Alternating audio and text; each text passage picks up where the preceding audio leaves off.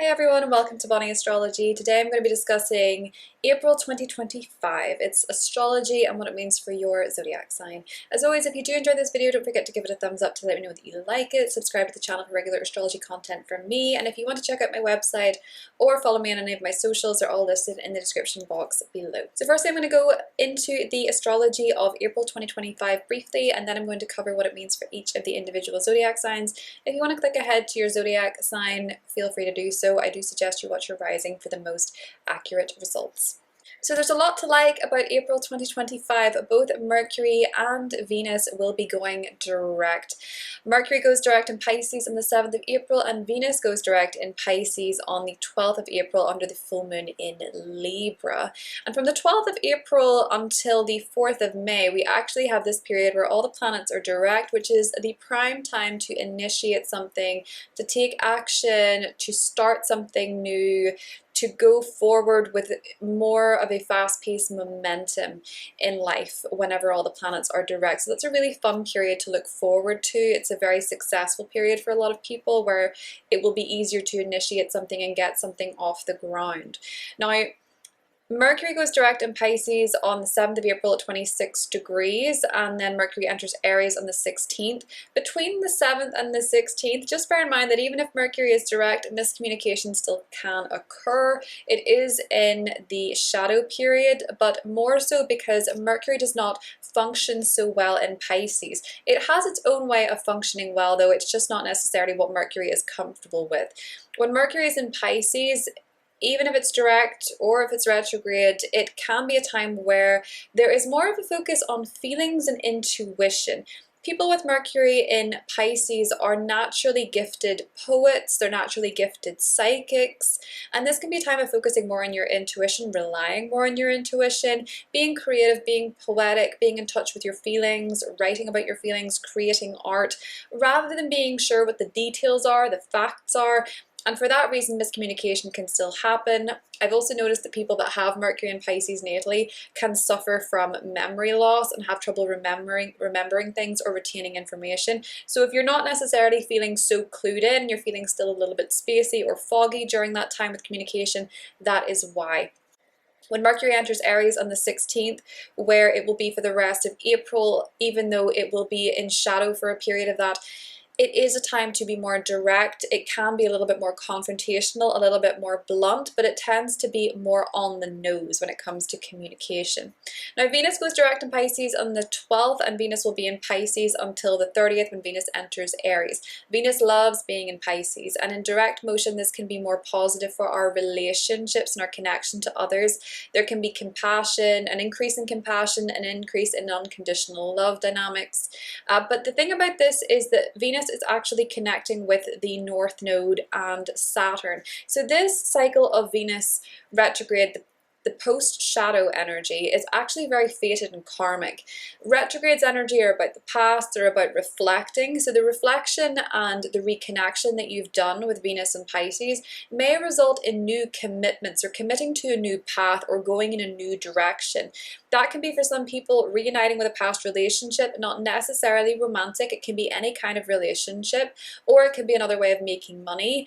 Reconnecting with something from the past in order to go in a new direction. So that can be someone from the past comes back to give you an opportunity work-wise or financially. That can be someone that you knew from school comes back and now you look at them differently in your adult years and think, I would actually like to explore this relationship. It can be that kind of thing. It doesn't have to be an ex per se.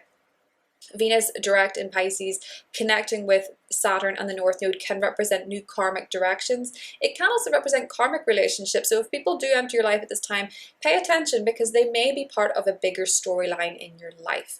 Now, Venus is the ruling planet of Libra, and Venus goes direct under the full moon in Libra, which puts a big exclamation point over our relationships and our connections to others, especially romantically. So under this full moon, there may be clarity clarity of where a relationship is going, what needs to change. There may be clarity about your feelings of somebody significant in your life. You may notice that there are breakups at this full moon. You may notice that there are engagements at this full moon, marriages at this full moon, because it can really bring clarity to relationships and the direction that they're headed in and whether they're going to work for the long term or not. Saturn being in connection with Venus, it tests foundations to see if they're solid and stable. Full moons in Libra can also bring up themes of law and order, so there can be key laws being passed at this time. There could be laws coming up for review with the Venus retrograde period. If you're in a legal case, there might be some clarity under this full moon in Libra as well. One of the other things to like about April is that Mars gets out of Cancer and moves into Leo. Now, Mars did go retrograde in Leo on the 6th of December, so you may notice that there are some actions coming up for review, old actions to be reconsidered, the actions that you did or did not take in your Leo house. We may find that this brings up more themes about leadership, about the monarchy, about celebrity, with it being in the sign of Leo, about entertainers, because Mars is going to get into its final of 3 opposition with Pluto on the 26th of April. It's going to happen at 3 degrees of Leo and Aquarius. So if you have any natal placements at 3 degrees of the fixed signs, you may find this one quite intense. Mars and Pluto oppositions, the last one, just for reference, occurred during the US election. So it can have some resonance to early November for you in terms of the storyline that was playing out in your life. Mars in Leo oppositions to Pluto and Aquarius. This is going to bring up challenging energy when it comes to leaders. The leaders, the celebrities, the monarchy versus the people. There can be a lot of challenging energy at this time. You might notice people are more conflict prone, there's more protests, there's more rebellions for people against their leaders. There can be frustration with leaders, with people in power. And sometimes Mars Pluto energies can get very volatile. So I would suggest around this time taking it easy, maybe just hanging out at home and sort of reflecting on where you feel you could have more sovereignty in your life, where you feel like you could take back some of your power personally with that Mars-Pluto opposition. It can be quite volatile, so I wouldn't suggest going out and testing anybody or starting fights with anybody under that transit in particular. And speaking of challenging, Saturn is getting into a conjunction with the North Node on the 21st of April. Now, this is not necessarily super challenging in theory, but Saturn is a very karmic planet, so this can be about, with the North Node, going in new directions in order to grow, in order to evolve. Its connection to Saturn suggests very sturdy commitments. It suggests a very sturdy responsibility. So a lot of people might find themselves in April taking on a new responsibility, a new job, getting very serious about something in their life and focusing on something that they really want to commit to for the long term, with Saturn and the North Node connecting. Because it's happening in the sign of Pisces, this can be to do with the oceans, it can be to do with water, it can be to do with water quality, it can be to do with the sea, and maybe with Saturn connecting with the North Node, committing to a new direction when it comes to taking care of the ocean, exploring the ocean, understanding the ocean, understanding water and water quality and how important that is for us going forward. There's a new moon in Taurus on the 27th of April. It's a very grounded energy, Taurus. It's very earthy. It's about what is tangible and what is material. So a lot of people around this time might be focused on a new beginning financially, but it is coming into some tense T-square energy with that Mars-Pluto opposition. So people may find under this new moon that money is their motivating factor and they're feeling quite challenged, maybe by the government, maybe by society. And this can bring about something new when it comes to our financial system, but more so when it comes to our values and what is important to us. I think a lot of people are going to be getting very clear at the end of April on what matters most to them, really focusing on new beginnings in that area with the new moon in Taurus. It can represent new beginnings financially. It can represent new importance when it comes to our values, when it comes to our value system. New moons are great times to set intentions. I think for a lot of people, the motivating factor here, as I say, can be money, and it can be what matters most to you as well. Your values and your self-confidence can be a motivating factor. But I feel like the new beginnings are sort of being born out of a challenging energy, you know, this push to make a change, even when it feels as though change is hard, change is scary, and there can be this push-pull between wanting change and fearing change. Making decisions by what is most important to you and what has the highest value should be the motivating factor, but also your security with this new moon in Taurus. So as always, I'm going to pull a tarot card for this month ahead and see what's coming up for us in April. We have the Nine of Cups, wish fulfillment. So there could be a wish fulfilled for a lot of people this month. I think with the forward momentum, the lack of retrogrades from the 12th onwards, people may feel like it's easier to make things happen after a stagnant period of reevaluation and reflection. With Mercury and Venus both retrograde in Aries and Pisces, wrapping up old storylines and initiating new ones was quite difficult, and I think now going forward with the fresh energy, people might feel more aware of what they want, and that's the first step in making it happen. So that is what I have for April. I hope you all have a great month, and I'll talk to you soon. Hi Aries, welcome to your April horoscope. A very happy birthday to all the Aries suns that are celebrating in April. So Aries, let's talk about this month for you. We have a lot of focus on you, who you're becoming. We ended March with a solar eclipse in your sign, so this is a month where you may be reinventing yourself. You may be stepping into your own power. You may be initiating something new for you, your personality, your image, your personal interests. So maybe for some of you, you're thinking of changing your image in April. I would actually advise, if you're going to do anything permanent, if you're going to do anything significant with your image, your aesthetic, hold off until May, because Venus actually enters your sign on the 30th of April direct. And this will be a much better time for you to improve or enhance your image. That may also be a time when you're more susceptible to love offers, to attracting gifts and abundance from the universe more generally. So if you are thinking of doing something with your image, I would advise holding off until May. But you're still very much with the sun in your sign until the 19th, very focused on you, who you're becoming, what you want from life. And it's sort of like a cosmic reset for you. It's your new year. So a lot of you are very focused on the self.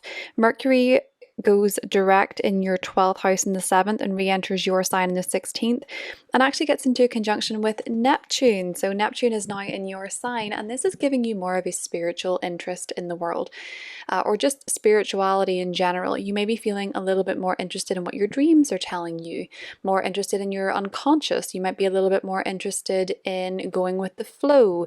You may feel a little bit more compassionate, more dreamy, and more imaginative. And with Mercury meeting up with Neptune, you may have these really interesting conversations about your dreams, about your imagination. You might feel very creative. You might feel very in tune with your intuition as well. And that's something you're really stepping into this month, Aries. Now, it can be, if that's not your usual nature, it can feel a little bit like you're getting your sea legs. You know, when it comes to Neptune being in your first house, it's sort of figuring out who you are. With that solar eclipse, there's a new version of you has been born. And it probably is a little bit more Neptunian. So, you know, maybe some of you are feeling the call to spend more time by the water, to spend more time in meditation, to spend more time on your spiritual practice. Now, we do have a focus on your relationships this month as well, Aries. There's a full moon in your 7th house of Libra on the 13th, and it's the exact same day that Venus, the planet that rules your relationships, goes direct. So this is a pretty big moment of illumination for you when it comes to your partnerships, when it comes to your relationships, your close one-on-one bonds with other people, be they romantic, be they business.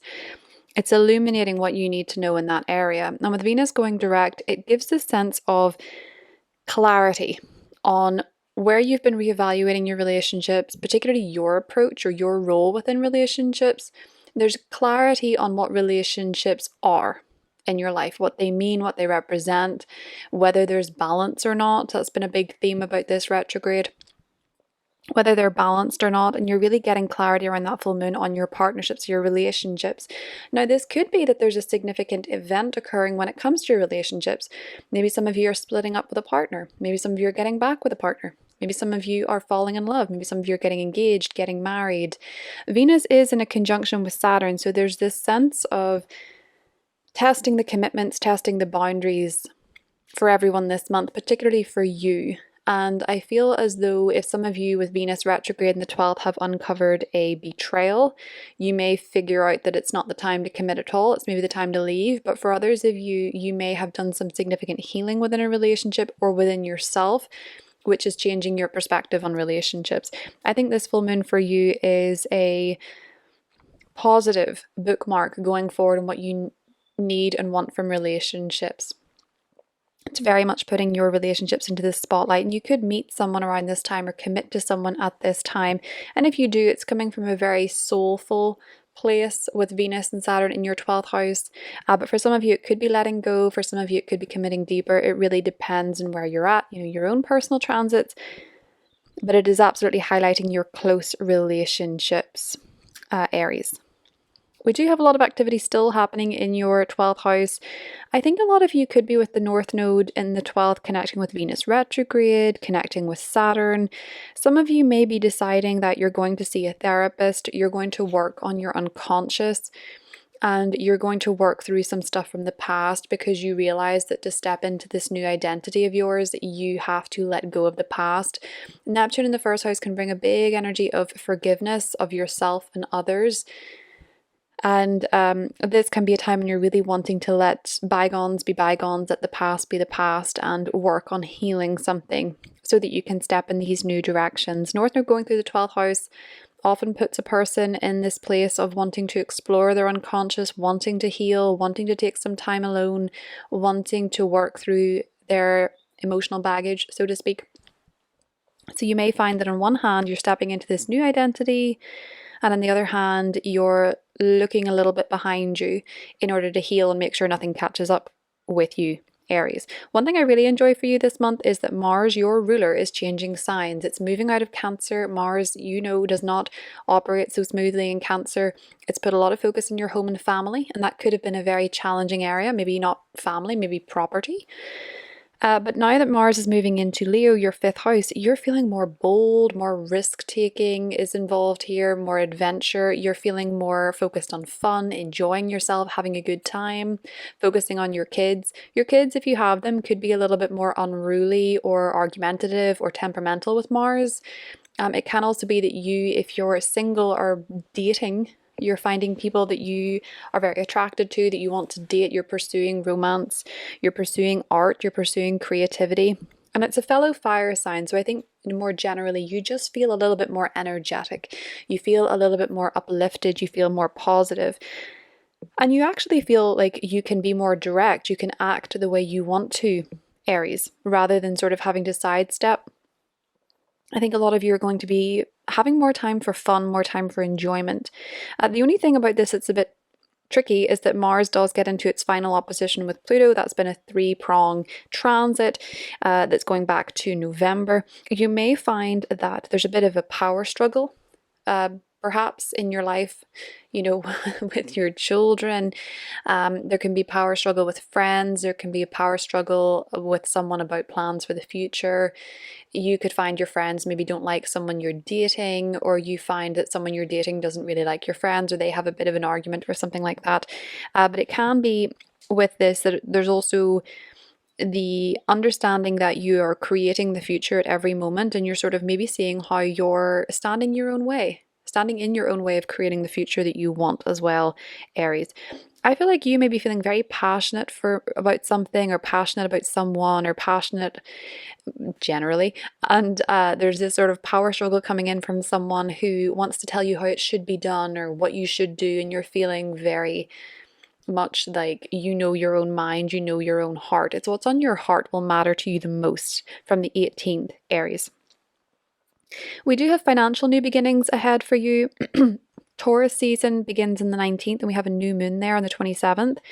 That new moon does have that fixed T-square energy with Mars and Pluto, which means that for everyone, this new moon is bringing the opportunity for new beginnings, but change is hard. Change sometimes takes a risk. Sometimes change means your vision of the future shifts. For a lot of you, this is financial.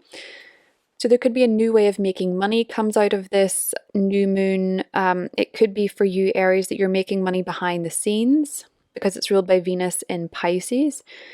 It could be that perhaps you are making money through something spiritual. It could be perhaps that you are,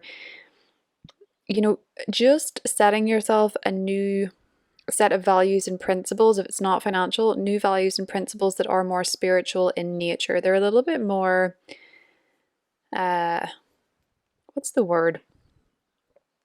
They're a little bit more, I want to just say compassionate. I want to just say that they're a little bit more spiritual in nature. So you might have these new values and principles blooming in your life, Aries, that you're operating from going forward. But I do think for a lot of you, it can be a new way of making money is coming in. And if it's something that you're making money from, it does feel like it's private. It feels like it's behind the scenes. It feels like it's maybe secretive, or, if it's something that you're working on as a work goal, it feels like it could be something very much behind the scenes as well, Aries. And as I said, Venus goes into your sign in the 30th, and this is when you are perhaps feeling more beautiful, more like yourself. It's easier to make changes to your image. It's easier to make changes to your appearance, and you just feel like you're in a more attractive and abundant mindset generally, Aries. That is what I have for you, and I'll talk to you soon.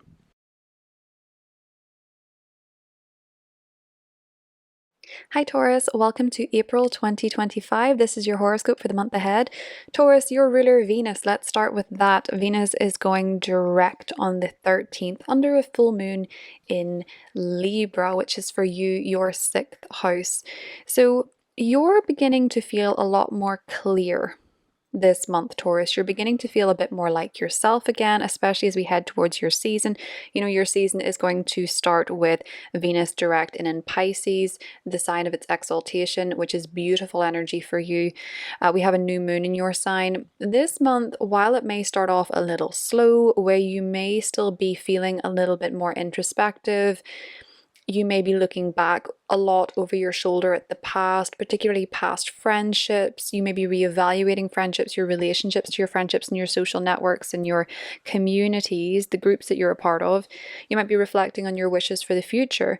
That reflection is not in vain, Taurus, because you are going to get very clear, intuitive directions this month on where you're going friendship-wise, maybe even in a humanitarian effort, social awareness, your hopes and dreams for the future with your friends, your groups, that type of thing. Venus retrograde at the start of the month connects with the North Node. You're reflecting on where you're going with this. You feel like there's new directions and new beginnings afoot, but you're not entirely sure how they're going to play out. You can just feel them intuitively. You can feel friendships are changing at this time. Venus retrograde also connects with Saturn, so it's a reality check with your friendship relationships, with the groups that you're a part of, the boundaries that you have with them, the commitments that you have with them. And then Venus, when it goes direct on the 13th, a little bit later on in the month, Venus will connect with the North Node and Saturn on the 20th and the 23rd respectively. And this is when you're getting complete clarity on where you're going. New friendships can emerge. You can meet with people who are very destined on your path. You can make commitments to friends, to groups, to teams, and you can also find it a little bit easier to set a boundary if you need to with your friendships, or communicate expectations. Sometimes that can be important with Venus retrograde cycles. Communicating your expectations within your relationships. But I also think for you, Taurus, this is about reconnecting with your dreams and your aspirations and your hopes. It can be a beautifully social time for you in the second half of the month with Venus direct in your 11th. Connecting with friends who are good to you, who help you get to where you need to go, who are important connections in your path.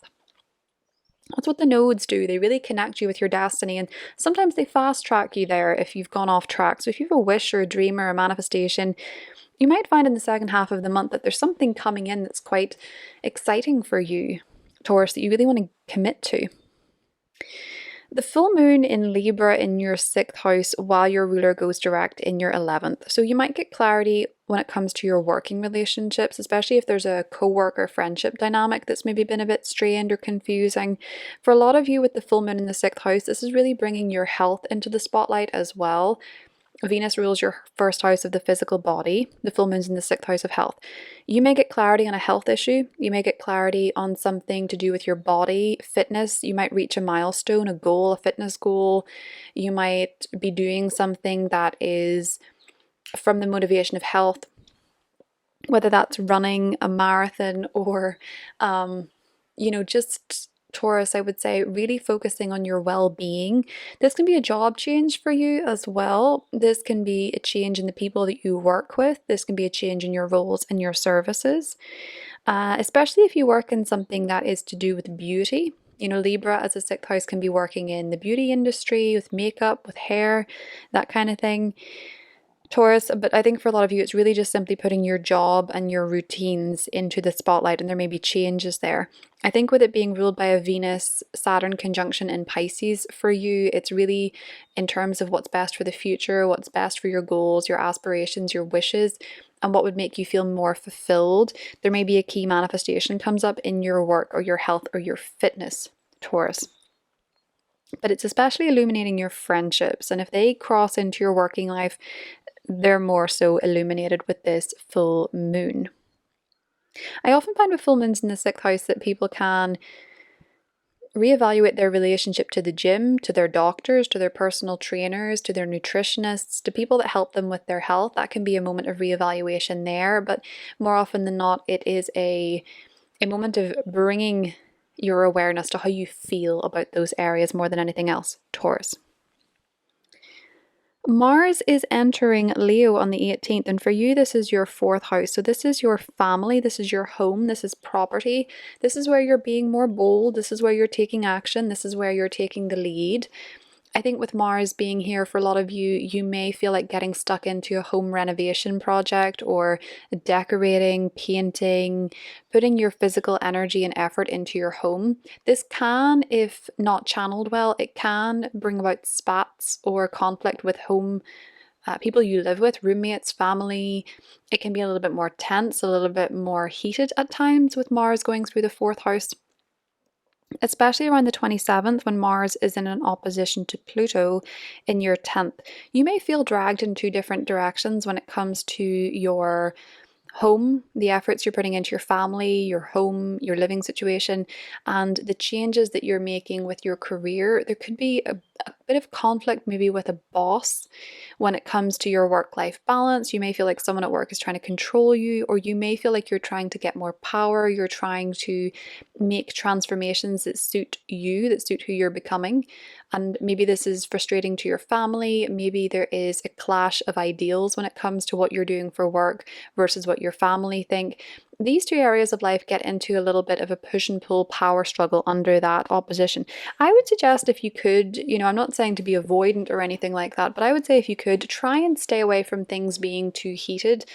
It's happening under a new moon in your sign, and this is when you're really feeling like you want to set new intentions for yourself. You want to be more present for yourself. Maybe you have an aesthetic goal. I could see a lot of you having an aesthetic goal this month, to look a certain way, dress a certain way, show up to the world in a certain way. And this may be difficult when it comes to balancing your home life, your upbringing even, where you come from, and your career changes. So with that new moon, Taurus, you want to set intentions from a place of self-sovereignty. You want to set it from a place of authenticity for you when it comes to your, your career, when it comes to your goals for yourself with Pluto in the 10th house versus what maybe, you've done in the past with Mars in the 4th. I also think with this Taurus new moon being ruled by Venus exalted in your 11th house, your vision of the future seems to be becoming quite clear to you. Your goals, your aspirations, your hopes, your vision is becoming very clear to you, Taurus. And I feel as though you may get by with a little help from your friends this month, particularly around that new moon with the new goals that you're setting. Especially older friends, whether they're older than you literally or whether they, you have a long history with these people. I feel like you're very excited about the future and you're looking to put yourself into, new circles, new groups, new visions, but at the same time, change is hard, especially for fixed sign people. And that Mars-Pluto opposition that's getting into a T-square with that new moon is sort of giving a bit of a breakup energy. You have to break up with the past versions of yourself to step into something new. You have to address a fear to step into something new, Taurus. So that new moon for you, it has its challenges, but I think it's also rewarding in the long run. T-square energy, it can feel difficult initially, but it oftentimes brings the best results. It's one of those, it doesn't come easy, but it's worth it energy. So I think a lot of you are stepping into a new version of yourself and refining a diamond a little bit with your ruler conjunct Saturn, making solid commitments for your future. I think is something that I really see for you, Taurus. Now, we have come out of an eclipse season. There was an eclipse in your 12th house. Mercury goes direct on the 7th in your 11th house. That's going to bring better communication with your friendships. You can go back to reading each other's minds, sending each other telepathic messages. But Mercury goes into your 12th house on the 16th and connects with Neptune. Neptune's now in your 12th, and you're really focused on your healing. Being brave with your healing, being bold with your healing, and really doing some... I think this is a good day for a conversation about the hidden, the things that are maybe intangible, just what you feel, not what you see. This is a good day to really, journal, perhaps talk to a therapist, talk to a trusted friend. You can really find that you're able to communicate what's going on with you internally, and it can be a very healing conversation that comes up for you, Taurus. So this could be a really interesting month to channel messages, to get in touch with your intuition, to work on your unconscious, because both Mercury and Neptune connecting there around the 16th, it feels like you could get some really clear insights through the intuitive mind, not in the reality, not saying the details of every situation, not intellectualizing everything, just knowing how you feel and talking about something that you need to bravely discuss, maybe bringing down the barriers between you and someone else in a conversation, or you and your unconscious as well, Taurus. So that is what I have for you. I hope you have a wonderful month, and I'll talk to you soon. Hi Gemini, welcome to April 2025. Hope you're doing really well. So Gemini, this month for you is really focusing on, in a big way, it's focusing on your career, and it's also focusing on your vision of the future. I say that because Venus is going to be in your 10th house for most of the month. Venus doesn't leave Pisces until the 30th. Venus is retrograde until the 13th. Venus goes direct on the 13th. And in this month alone, Venus retrograde connects with the North Node in Saturn, and then connects with the North Node in Saturn direct. So in the first half of the month, we still have this reevaluation for you about your career, about your goals, about what you want to do. You might have some goals for yourself that you perhaps put on the back burner that you're picking up again. You might be taking a slow and steady approach to making something happen, or making it happen again for yourself with your goals. Even if they're not career oriented, goals are what you're striving to achieve in or out of work. And I think Venus retrograde connecting with the North Node in your 10th house, you're sort of reflecting on your vision of where you're going. What's the next big thing? What's the next big goal? What's the next big plan? What are you feeling intuitively called to explore or do? And with Venus retrograde also connecting with Saturn, you're getting a bit of a reality check on what you can and can't do work-wise, or what the boundaries are, what the parameters are, and you're figuring out how to work within those. When Venus goes direct on the 13th and then connects with the North Node on the 20th, you seem to have clarity on where you're going. You're connecting maybe with people, particularly women, who can help you in your career.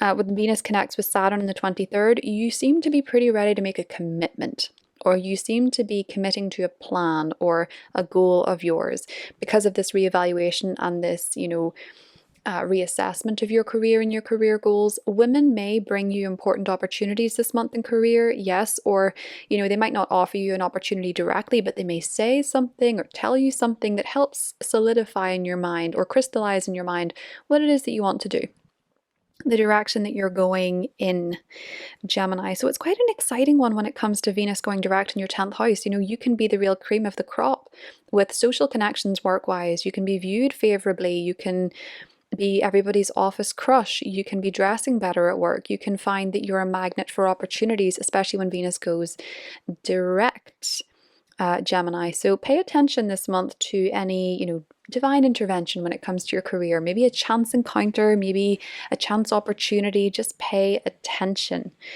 Gemini. It could be quite interesting for you in terms of committing to a new path, committing to something quite destined for yourself. And destiny doesn't have to be, the big things in life that we see on TV. It can be, something that's leading you to where you want to go, leading you to your purpose, committing to your purpose, and really being willing to work hard at something, work hard at a goal in order to achieve it, because you just feel intuitively called to it, that you feel it's meant to be. Mercury also goes direct in your 10th house and the 7th, and if you've been muddled about your career in terms of what you want to do, solidifying a plan, making dates, making appointments, emailing, da da da da da, if there's been miscommunication, fogginess, uncertainty, Mercury going direct will certainly help. But until the 16th, while Mercury is in your 10th house in Pisces, trust your intuition. Go with your intuition. You're intuitively guided in new directions with your career. And so what if you miss an email? So what if you send the wrong attachment? Obviously, unless it's something really, dodgy. For the most part, just try and be a bit easier on yourself, Gemini, if you're not 100%, working on full brain power. Your ruler Mercury does not do so well in Pisces unless it's following intuition, writing poetry, using its imagination. So indulge those things until the 16th. When Mercury goes into your 11th house in Aries, this is a time to take initiative, to make bold plans with your friends, make plans to see your friends, catch up with your friends, and maybe, talk about a dream with your friends. When Mercury connects with Neptune and Aries for the first time, talk about your dreams, talk about your vision. You might find people that share your vision. You might get really good intuitive hits through talking to your friends. But this looks like quite a busy time for you, where you're very focused on networking, socializing, updating your LinkedIn, going to mixers, that kind of thing. It could be a very social second half of April for you, to be honest, Gemini, with your ruler in your 11th house, especially because we had that solar eclipse at the end of March. Pay attention to the friends, the social connections that come into your life, Gemini, because they could be really helpful for you, or they could be a big part of your future plans, whether you realize it instantly or not. Mars is entering Leo on the 16th, which is your 3rd house.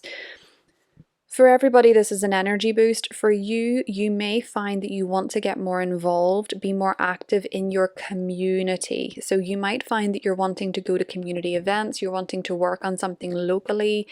Maybe you're like Rod Stewart and you get really passionate about potholes. I don't know. It feels as though you're going into, putting a lot of energy and focus into your local community. That can be your neighborhood. That can be, if you have kids at school, getting involved with their schooling, going to the PTA. This can also be a time where you may be more inclined to drive a bit faster, Gemini. So slow down, especially around the 27th. Don't be a fool on the road around the 27th. Don't drive too fast, because you may find that, you get caught by a speed camera, the police are out, it's not recommending it. So just be mindful that Mars going through the 3rd can turn you into Speedy Gonzales, and it's not always a good idea. It's usually not a good idea, unless you're in the Formula One. Maybe some of you are, I don't know. But this is sort of a time to more put your focus and your action into your local community, into learning as well. You might read more, you might have more social involvement at this time as well. It's really adding to that social energy. It can make you more verbally argumentative though, so do watch for that. You can maybe be quite quick to anger in discussion, get quite passionate in debate, and you might find that other people can be quite hurt by the things that you say. So just try and Mars is quite fast moving, but with Mercury being in Aries and Mars being in Leo, you may be very direct. So just be mindful. You could at times hurt somebody else's feelings, so just be mindful of that. But it is a confident energy nevertheless for you, Gemini. Now, there is a Taurus new moon on the 27th. The sun enters Taurus on the 19th. That new moon, it's in the 12th house. Oftentimes, new moons in the 12th house is where we begin something secretly, or we begin some sort of healing journey. So I think with this one for you, it's ruled by Venus in your 10th house. Maybe you have private aspirations. Maybe you're privately working on a goal. Maybe you're doing something like research, or you're working behind the scenes to further your career, to further your career commitments. With the new moon in the 12th, a lot of the time it can be very private. So I wouldn't be surprised if you were keeping yourself to yourself around this time. But it does seem to be something that, you're working on it privately, I think, in order to bring it public eventually. It's ruled by a very public Venus for you. So yeah, You might need some time to recharge, you might need some time to heal, you might need some time to reflect. This is often the time when your dreams are very vivid, when the sun is in the 12th house, and when we have a new moon, this is a time when you're very focused on self-care, you know.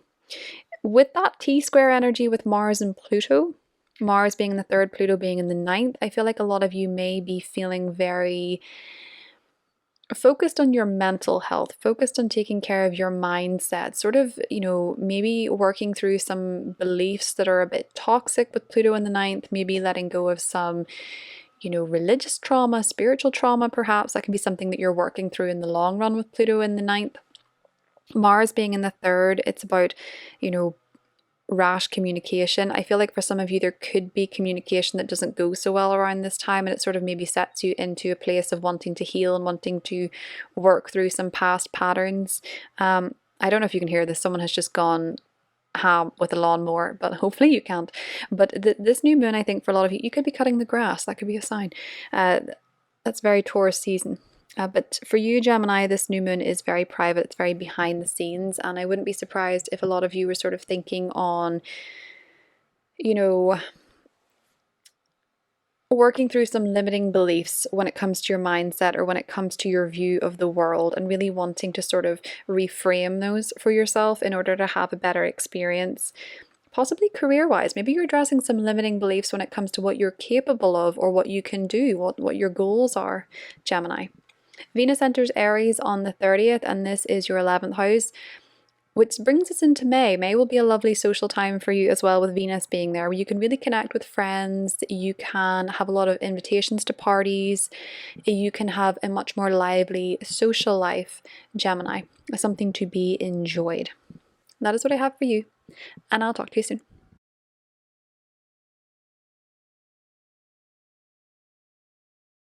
Hi Cancer, welcome to your April horoscopes. I hope you're all doing really well.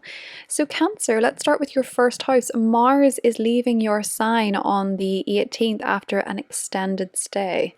Mars was retrograding in your sign from early January and went direct in February. And Mars finally gets out of your sign on the 18th. Now Mars is not so comfortable in Cancer, so I don't know if you were maybe feeling a little bit energetically weighed down at times, a little bit like you didn't have as much energy as you hoped at times, and then at sometimes maybe feeling like you had a lot and maybe running yourself into the ground. Mars does that when it's in the first house. You have these bursts of energy, but you can also feel very fatigued and have health trouble at times with Mars being in the first house. Mars is in your sign until the 18th, so you might be, feeling like you want to take initiative, feeling like you want to take action, particularly when it comes to your career. And we ended March with that solar eclipse in your 10th house ruled by Mars in your sign. So we have that energy still in play. When it comes to your career, you want a fresh start, you want a new beginning, you want something that feels true to who you are, that you feel like you have the energy for. If you're in a career or a job where you don't feel like you have the energy for it, it may be because you're craving a change. Sometimes a change is as good as a rest. And you may find May to be a much better time for you career-wise, actually, Cancer, because Venus will be in your 10th house and direct. Now, Mercury goes direct on the 7th and re-enters your 10th house on the 16th. Important conversations when it comes to your career, important ideas, because Mercury gets into conjunction with Neptune, which is now, for the first time in your lifetime, in your 10th house. A lot of you may be more focused on meaning within your career, meaning within your work, helping others, helping the world, helping humanity. You may have an idealized vision of your career. Some of you might go down a more spiritual path. Some of you might go down a more Neptunian career. There's a long list of what that could be, but it usually represents Neptunian qualities like being imaginative and creative and elusive and compassionate, sometimes deceptive, sometimes magic, like a magician. I'm not saying you're going to become a magician, but there's a long list of ways this can play out for you in terms of the energy and how it manifests. A lot of that is choice though. So for you, Cancer, I feel like you have a lot of great ideas in the second half of the month when it comes to your career. It's quite busy. There's a lot of communication, getting things ironed out, being direct, being bold, being blunt at times. But with that connection to Neptune, maybe a few ideas and imaginative ways of going about things. And there is a focus on your career, particularly until the 19th, with the sun in that sector. Now, to balance out that career energy, we do have this lovely full moon in Libra on the 13th, where Venus goes direct. So the full moon for you, Cancer, is in your 4th house of home, of family, of your family relationships, of property matters. Some of you could be moving. There could be an important illumination when it comes to your home, your living situation, or your family around that time. It could be a key focus. Some of you may be moving abroad or planning to move abroad, because this full moon is ruled by Venus in your 9th house. So maybe some of you are committing to a property abroad, going to move abroad, visit family. There's a change in your living situation, or some of you are moving for university or college, or just some of you are maybe perhaps purchasing a holiday home. Some of you could be as well, when it comes to your family, just maybe taking a family trip or a family vacation around that full moon. It doesn't have to be though. Some of you could be studying from home. Some of you could be perhaps wanting to make your home, if you're bringing in new home accessories, for example, they could be a bit spiritual or religious in nature, with this being ruled by Venus in Pisces in the 9th house.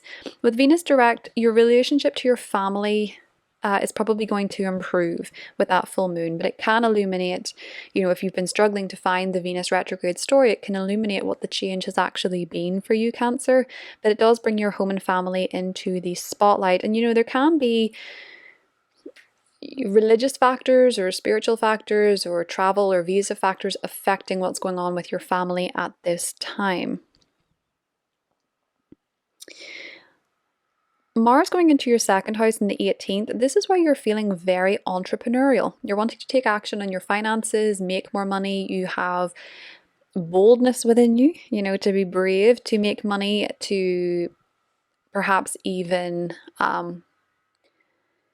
I think with this being Leo energy, it's very creative. So even to create something that you own, to create something that you can hold.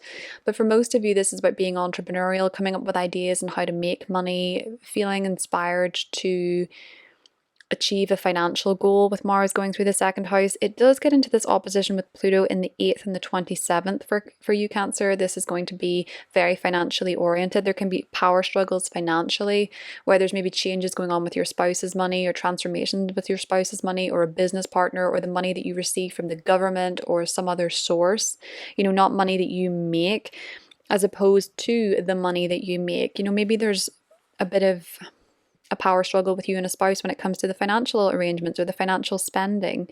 Or maybe you feel like, the more money that you make, the more that you're getting taxed, and there's just something about this that feels frustrating, or it feels like a power struggle with money, with finances, and with resources with that opposition.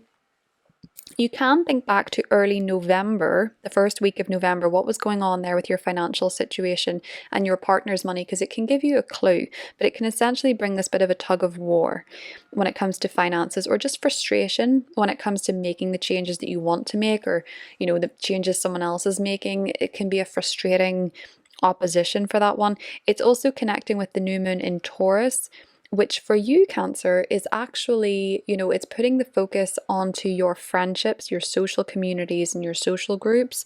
There can be new friends entering the picture at this time, new social groups that you want to join. There can be something happening for you socially, an event.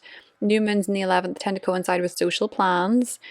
And for you, this is ruled by Venus in your 9th house. So maybe these are people you went to university with, you go to college with, people that you can talk to about the spiritual, the religious, law, religion, higher education. You might be finding that you're connecting with a group of people you can discuss these things with, or you might be connecting with people that you can travel with, or people from different locations, or something of that nature. Cancer, where you feel like you're really learning from them at this time. New friendships can be in store. New visions for the future when it comes to travel, when it comes to education as well, can open up. But you may have to address some fears when it comes to finances, spending, or the money that you can receive from the government, or loans or mortgages or things like that. You may have to get your ducks in a row financially, and this could be a bit of a triggering or frustrating process for you, but it can also be very rewarding in the long run if you have this vision for yourself in the future, Cancer. But yeah, that is what I have for you. Hope you have a wonderful month, and I'll talk to you soon.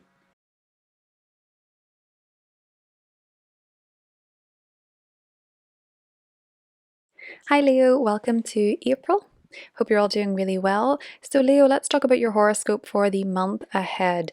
I want to focus in a little bit on your 8th and 9th house. These are areas of great significance for you, particularly in the first half of the year. Actually all year, to be truthful, but we do have the Venus retrograde this month for the most part in your 8th house, and that's where Venus goes direct. So we have this forward moving momentum after a period of reflection in your 8th house, both because of Venus and Mercury. Now, with Venus retrograde in your 8th house, you might have been reevaluating your relationship to someone financially, or in terms of resources, or in terms of intimacy, vulnerability, your partner's resources. You might have been reflecting on your mortgage, or there could have been reevaluation when it comes to joint financial affairs. This can also be in intimate relationships, just sort of reevaluating the give and take between you and another person. And there could have been miscommunication there as well, Leo, because of Mercury retrograde. But you could have reconnected with an intimate partner. You could have reconnected with a source of additional financial support, could have come back to you, or you could have been receiving some sort of tax rebate or something of that nature with that Venus retrograde in the 8th house. Now, Venus goes direct in the 8th house. When Venus is retrograde in the first half of the month, Venus retrograde connects with the North Node and Saturn. So you're really reevaluating and reflecting on where you're going when it comes to the 8th house. So maybe financially, maybe when it comes to bursaries, loans, mortgages, joint financial ventures, or when it comes to your emotional state, emotional baggage, healing, working through something psychologically, shadow work. This can be reevaluation that you're doing here as well. And you can be really thinking, okay, well, what course am I going to take here in terms of my emotional state? And Venus retrograde conjunct Saturn, you're reflecting on your boundaries and your commitments, I think very much with a partner, or very much with your financial situation. In the second half of the month, Venus direct connects with North Node and Saturn. You seem ready to make some sort of commitment in your life, to merge with another person, maybe financially, maybe intimately, get more clarity on where you're going when it comes to your healing, especially when it comes to your shadow work, Leo. And I know that can sound a bit dark, but with the North Node going through your 8th house, you're naturally going to gravitate more towards the occult, towards psychology, towards shadow work, towards addressing the more taboo sides of life. And you're going to probably be going in the direction of more vulnerability and more closeness with other people, and being able to, rely on support from other people when you need it, rather than you striving all the time to make something happen independently. The full moon in Libra on the 13th is happening in your 3rd house, and that's the day that Venus goes direct in your 8th house. So, full moon in the 3rd house, this can give you clarity of mind. This can be a time when you get your thoughts clear, illumination on what you really think. You can get an important communication, important information. You can have something significant occurring with a sibling, something significant occurring within your neighborhood. But with it being ruled by Venus in the 8th house, I think for a lot of you, you may be finding that this is to do with a phone payment plan, a car payment plan. There can be something coming up with these different themes. The 3rd house rules cars, it rules communication, laptops. The 8th house is other people's resources. So maybe you're committing to a car payment plan or a phone payment plan, or a lot of you are just finding it easier to communicate about the things that are not superficial, the things that are pretty deep, the things that are pretty taboo, the things that are pretty tough to talk about. You might be finding under this full moon, actually, I need to talk about this. We need to discuss this. We need to get this clear, because I need some boundaries set in place. I need some commitment set in place. I need to know where the line is. You need to know where the line is when it comes to how you speak to me, how you communicate, how we're doing this. That can be something that's coming up for you around that full moon, Leo, as well. This can be a time of getting on better with your neighbors going forward, with Venus going direct as well. It's really illuminating your social connections under this particular full moon. Now, one thing that I really like for you, Leo, Mars is going into your sign on the 18th, and this is going to be a time where you feel more bold, you feel like you've more energy, you feel like you can take action on certain things. With Mars retrograde going through your 12th house, a lot of you could have had periods of no energy, feeling sick, feeling under the weather, feeling psychologically or emotionally disturbed at times, just feeling, bad dreams, bad sleep, not feeling well. But also really working through some stuff, really wanting to close off some cycles, really wanting to let go of some old anger. With Mars in your sign, you feel like you can initiate something, take the lead. It puts a lot of focus onto your body, so a lot of you could be doing something that's physically assertive at this time. You could be lifting weights, you could be running more. I do know a Leo rising who's ready to give birth while Mars is in Leo. So it could be something that requires physical exertion. You could find that you are really feeling very Martian in your personality, assertive, driven, ambitious. You could find like you're ready to make things happen, to initiate new beginnings in your life, Leo. Mars does get into an opposition with Pluto on the 27th, though, and we need to discuss this one. Pluto is in your 7th house of relationships. Mars is in your first. You're probably going to have a power struggle with someone else. You're going to stand up for yourself. You're going to assert yourself and say, hey, this is not okay with me. This is what I want.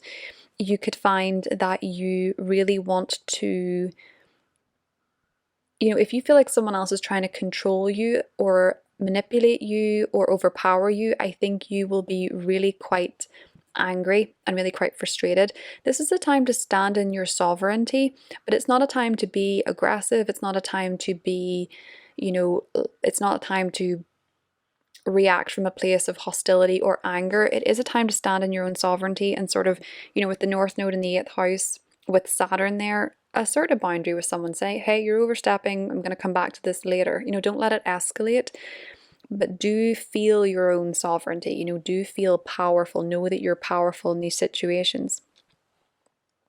But also just be careful of other people that are trying to manipulate you or control you in some way, Leo, because it is not going to work for you in the long run in your dynamics. Pluto in your 7th house means that you really are wanting relationships that are authentic and are true. You may find you're attracting Scorpios. You may find that you're attracting people with heavy, prominent Pluto in their chart. You may find that you're having very transformative experiences through other people. But you don't have to be, in dynamics where they're trying to control you or manipulate you. That's not going to work for you. You have an Aquarius 7th house. You like a little bit of freedom in your relationships. You like friendship in your relationships. And you like the freedom to be yourself and for your partner to be yourself. So this Mars-Pluto opposition can be a bit of a power struggle between you and someone else. And you would be best not to let someone control you or influence you under this transit. There is a new moon happening at the same time on the 27th. It's in your 10th house, Leo, so this can be a new beginning for you when it comes to your career or when it comes to your public image. So for some of you, you may be finding that you are getting a new title in life. You're being known as maybe you're qualifying as a doctor, maybe you're becoming a lawyer, maybe you're becoming a parent, maybe you're becoming a boss, maybe you're getting a new job, maybe you're getting a promotion. There's a new beginning when it comes to your social image, your public image, your career, Leo. And for some of you, this can also be a new beginning with your father. I feel for a lot of you with that Mars-Pluto opposition, all the angles being affected here, I think you may be finding that you're beginning this new way of you're beginning these new goals for yourself, these new chapters for yourself, and I think you really feel the ruler of that is Venus in the 8th. You really feel like you need to be there seems to be a degree of vulnerability showing up in whatever your career changes you're making or goals you're making or titles you're making. There seems to be a degree of vulnerability. There seems to be a degree of benefiting from someone else or something else. There seems to be a degree of embracing your shadow side, embracing your vulnerability, having some sort of psychological understanding of the goal you're doing or what direction that you're going in. It can be a very transformative new moon. When we have a new moon that is a T-square, ruled by a planet in the 8th as it is for you, this can be a very transformative time with the way that the world sees you and the way that you're viewed and the way that you show up. So this can be a really interesting one for you, Leo, where I feel like with Mars in your sign, you're wanting to be, I think you're okay with being seen for who you are under this new moon. And you're okay with the career changes that are happening, even if you feel a little bit, like there's a push and pull between you and someone else. I feel as though you are going in the direction of something new, something fresh. And not forgetting Uranus is in your 10th house still, so you may be wanting to be that little bit more unique or independent. You may also be finding with this new moon that change is hard, but it is something that is necessary for you at this point. There's a necessary change in your career, or 6 months from now you're going to be finding yourself in a very different place when it comes to your working life and your public image with this new moon, Leo. But I do think there could be a power struggle between you and someone else in terms of who's doing what, or who's paying for what, or whatever's going on there. There just seemed to be a bit of a power struggle with you and someone else, Leo. Venus enters your 9th house in the 30th, and going into May can be a lovely time for travel. Now that Mercury is no longer retrograde, now that Venus is no longer retrograde, Venus in the 9th can be lovely for traveling, connecting with people from different cultures. It can be great for your university or college experience. It can be great for higher learning. It can be great for indulging in your spiritual interests as well, Leo. That is what I have for you, and I will talk to you soon. Bye.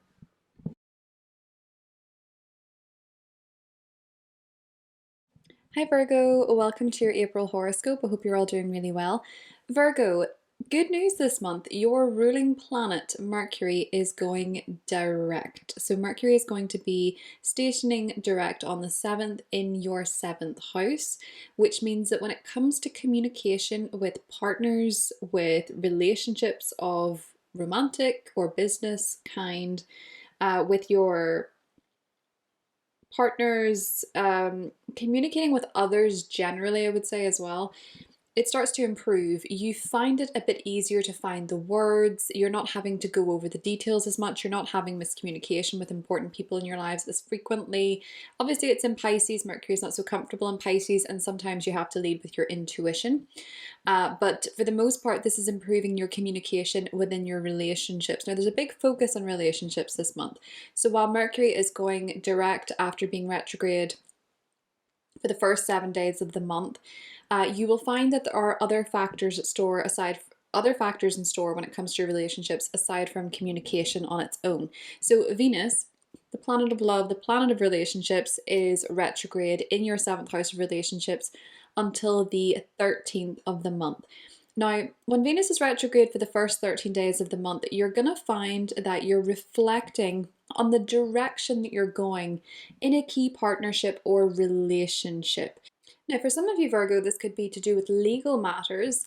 If there has been a bit of back and forth on a legal matter or legal proceedings, April may be a month where you start to notice some forward momentum and clarity on what the reality of the situation is. With Mercury going direct and getting out of your 7th house, with Venus connecting with Saturn direct on the 23rd, as well as Saturn connecting with the North Node on the 14th, you feel like you're able to commit to a path, and you can only commit to a path when you know what it is.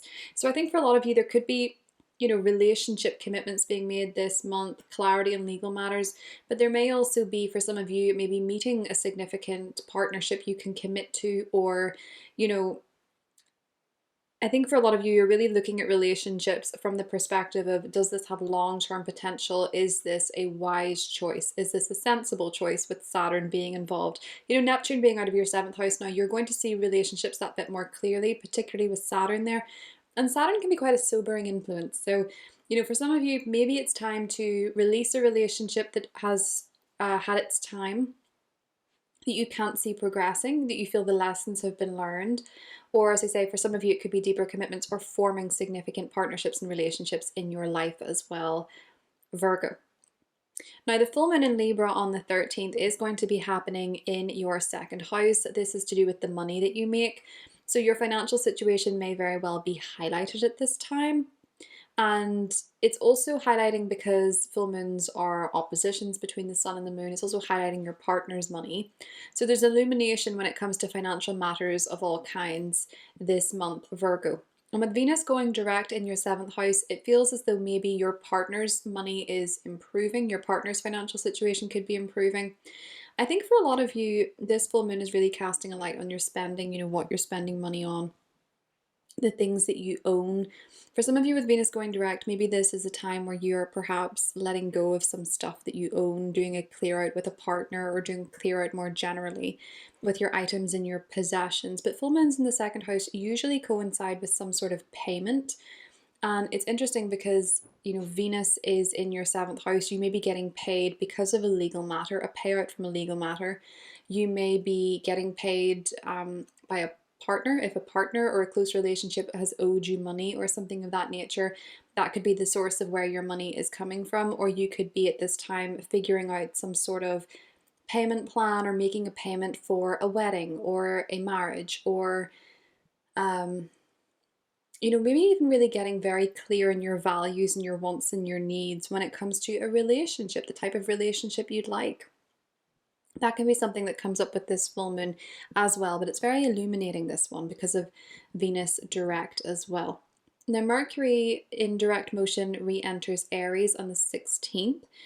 And this is a good time to take initiative and talk about joint financial matters, taxes, loans, mortgages.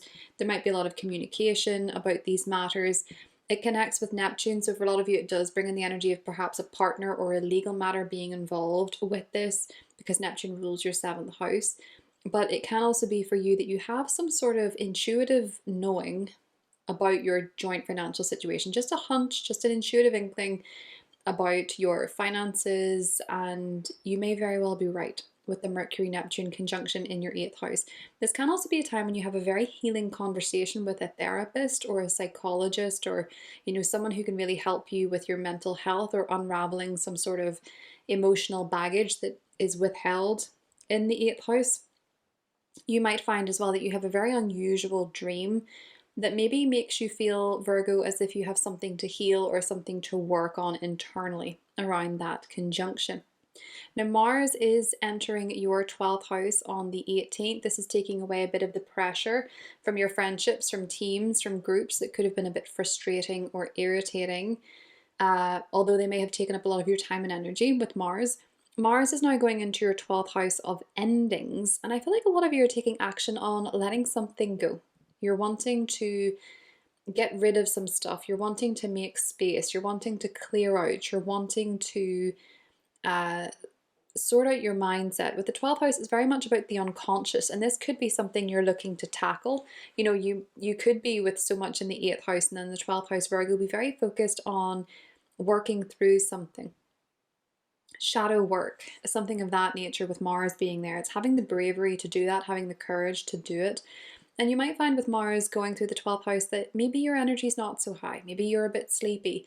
Maybe you feel a bit under the weather at times, especially around the 27th with that Mars-Pluto opposition. Look after your health. Focus on prioritizing your health. You may find with this transit that you need a bit more sleep. You might find that you need a bit more rest. You just need more time to recharge. The South Node is in your sign, so you can feel a bit more low energy than usual, and that's okay. Sometimes you just need to take a break, take a breather, and rest. As I mentioned to you in the yearly horoscopes, big focus on your health this year. And I think April has quite a bit of focus on your mental health. So wanting to take care of your mindset, doing what feels good for you self-care wise when it comes to your mental health, your spiritual health, and healing. So for some of you with Mars going through the sector, you could also find out maybe about a hidden enemy in your life. And sometimes the hidden enemy is a person, yes, but sometimes it's a self-sabotaging behavior or a coping mechanism that no longer serves you. And in that opposition between Mars and Pluto on the 27th, you may find that in your workplace with Pluto being there, there can be power struggles, there can be change. You can find yourself feeling very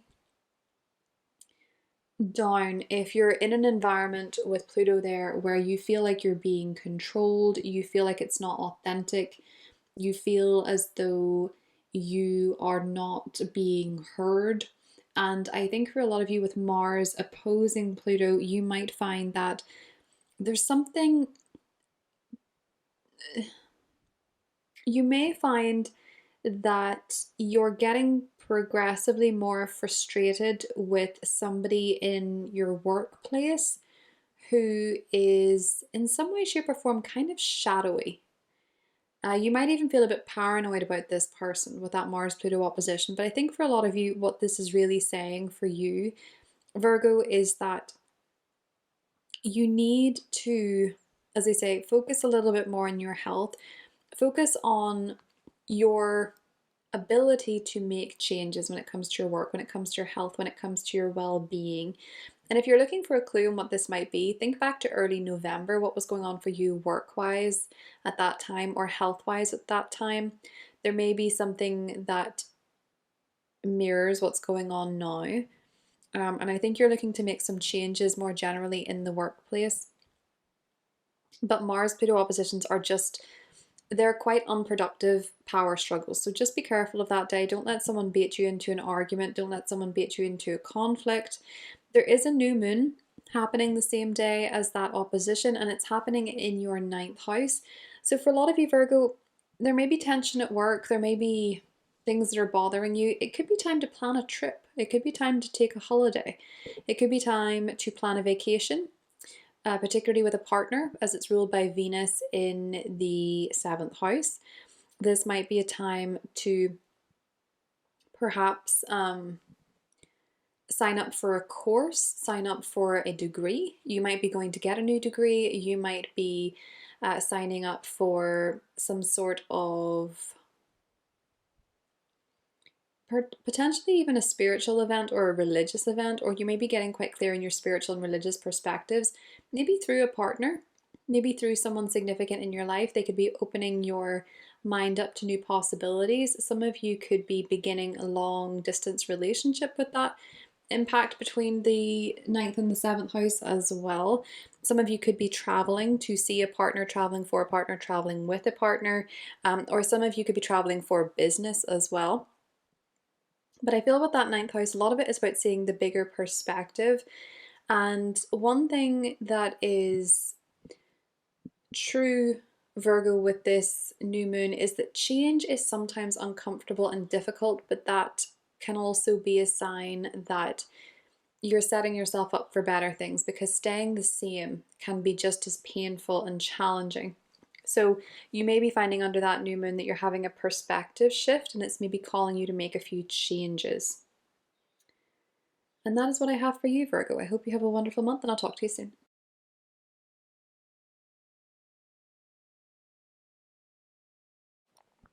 Hi Libra, welcome to your April horoscope.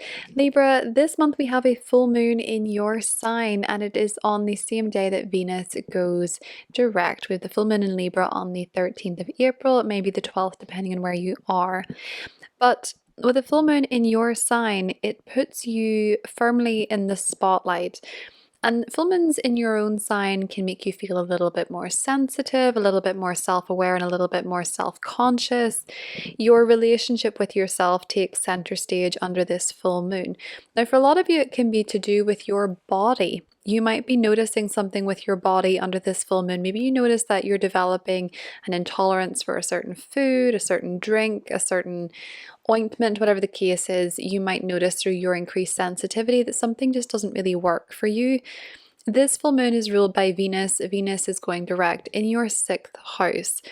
And we have Saturn there as well. So there's a focus with this full moon and for a lot of April on your health and your well-being. So what might that look like? Well, Venus is retrograde for the better part of the first half of April. And in that time, you're reflecting and rethinking, particularly with Mercury retrograde in that sector until the 7th, you're reflecting and rethinking on what works for you health-wise, what works for you work-wise, and what works for you in your routine. And there's a period of reevaluation here. So what works best for you when it comes to your job, when it comes to your services, and when it comes to what you're eating, how you're exercising. You might be reflecting on your commitments in these areas with Venus retrograde connecting with Saturn on the 7th. And you may also have an intuitive sense on where you're going next when it comes to maybe your job, when it comes to your fitness, when it comes to your wellness, with Venus retrograde connecting with the North Node in Pisces on the 3rd. Now, Venus goes direct on the 13th, and on the 20th, Venus connects direct with the North Node. And this might be a time when you get clarity on where you're going. You might have an intuitive hunch on where you're going work-wise, maybe a new job is on the horizon. Maybe you feel like a new job is around the corner. For some of you, you may also be finding with Venus connecting with Saturn on the 23rd that you're ready to commit to a new path, perhaps. Saturn and the North Node connect on the 14th of the month. A lot of you are very much focused on what you can commit to when it comes to your job, when it comes to your work, your services, but also your health and well-being. I've known a lot of people when the North Node goes through their 6th house, they tend to get very into the gym, they tend to get very into fitness, they tend to try some different ways of eating. I remember I tried being vegan. I went from vegetarian to vegan when the North Node was going through my 6th house, and got very into ballet bar. That's just my experience. But I do remember the feeling of wanting to try lots of different things. So you might find with the North Node going through the sector that you want to try lots of different things when it comes to health and wellness and your routines. You're more open to different possibilities. And you might find as well that a new job is calling you. You want to change what you're doing on a day-to-day basis. You want to change your routines as well, Libra. But there's certainly a focus, this month in particular on your health and your well-being and your approach to life and how you're fueling your body and things like that and how you're taking care of yourself, essentially, Libra. Now, there is also a bit of a focus on relationships because we do have the Sun in your 7th house until the 19th. And we just at the end of March had a solar eclipse in your 7th house and Neptune enter your 7th house. And this is really special. If you're single, that eclipse could trigger a new relationship in your life, a fated, destined relationship. For some of you, it could also be a new chapter in your current relationship, so your marriage. For some of you, it could be that, this new chapter is leaving a relationship. That's always a possibility too, because eclipses tend to bring about significant changes, and it depends very much what your destiny is and where you're at in your journey and what's going on for you individually. But that eclipse coincided with Neptune entering your relationship sector. So that brings a big change to your relationship experiences. Now, Neptune going through the sector means that you can attract a big time soulmate. That can mean that you have a very romantic partnership life. It can bring more romance to your relationships. It can also, of course, with Neptune, there's always the trouble of rose-tinted glasses. Is this real or is this fantasy? Is this magical or is this deluded? There is a higher and lower vibration of every planet. It depends where you're at most of the time in terms of the lessons that you're learning. But it can be with that solar eclipse and Neptune entering the 7th that a big time soulmate might be coming your way, Libra. And in particular with Venus entering Aries in the 30th, going into May time can be a wonderful time for your relationships. Now, Mercury also enters your relationship sector on the 16th, and this can be a time to really take initiative and communicate with a partner or communicate with a potential partner. Mercury gets into a conjunction with Neptune. This is fresh energy. It's in your 7th house. So you might want to talk about your dreams and your ideals and your fantasies for the future, what you want out of a relationship, or you might even use that time to write down what you want from a prospective partnership and watch it manifest in your life. It's quite magical, but it does feel like you might be trying to, talk about your dreams and your ideals and your aspirations, Libra. In existing relationships, it's much the same, talking about what it is that you dream about, what would be the best case scenario as well.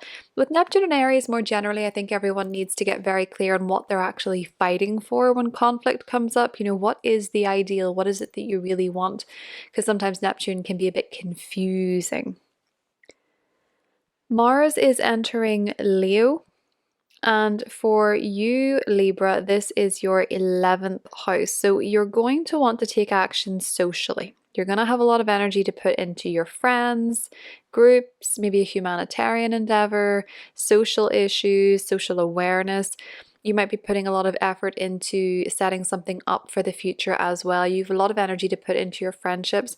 Sometimes Mars can get a bit heated there, so if you're going to have discourse with anybody or heated moments, it could be people that you're in teams or groups with, especially the 27th when Mars gets into an opposition with Pluto.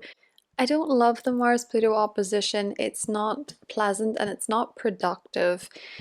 Be careful of being baited into conflict by friends or even in romantic relationships, and be wary of merging the two. You know, with this opposition, it's not necessarily going to go well if you declare romantic intentions to a friend. It's not necessarily going to go well if you introduce your friends to someone you're dating. You know, it could just be a time where you find that, you know, when it comes to teams, when it comes to friendships, when it comes to your romantic life, there can be tension and it can get quite volatile. So just be careful of taking any action on it, because you might find that an important relationship in your life can end, or you could find that damage gets done that is unnecessary, because it can be quite paranoid, this Mars-Pluto opposition as well. It's just not very productive. I would try and stay out of conflict and give it some time and space before doing anything, because tempers can sort of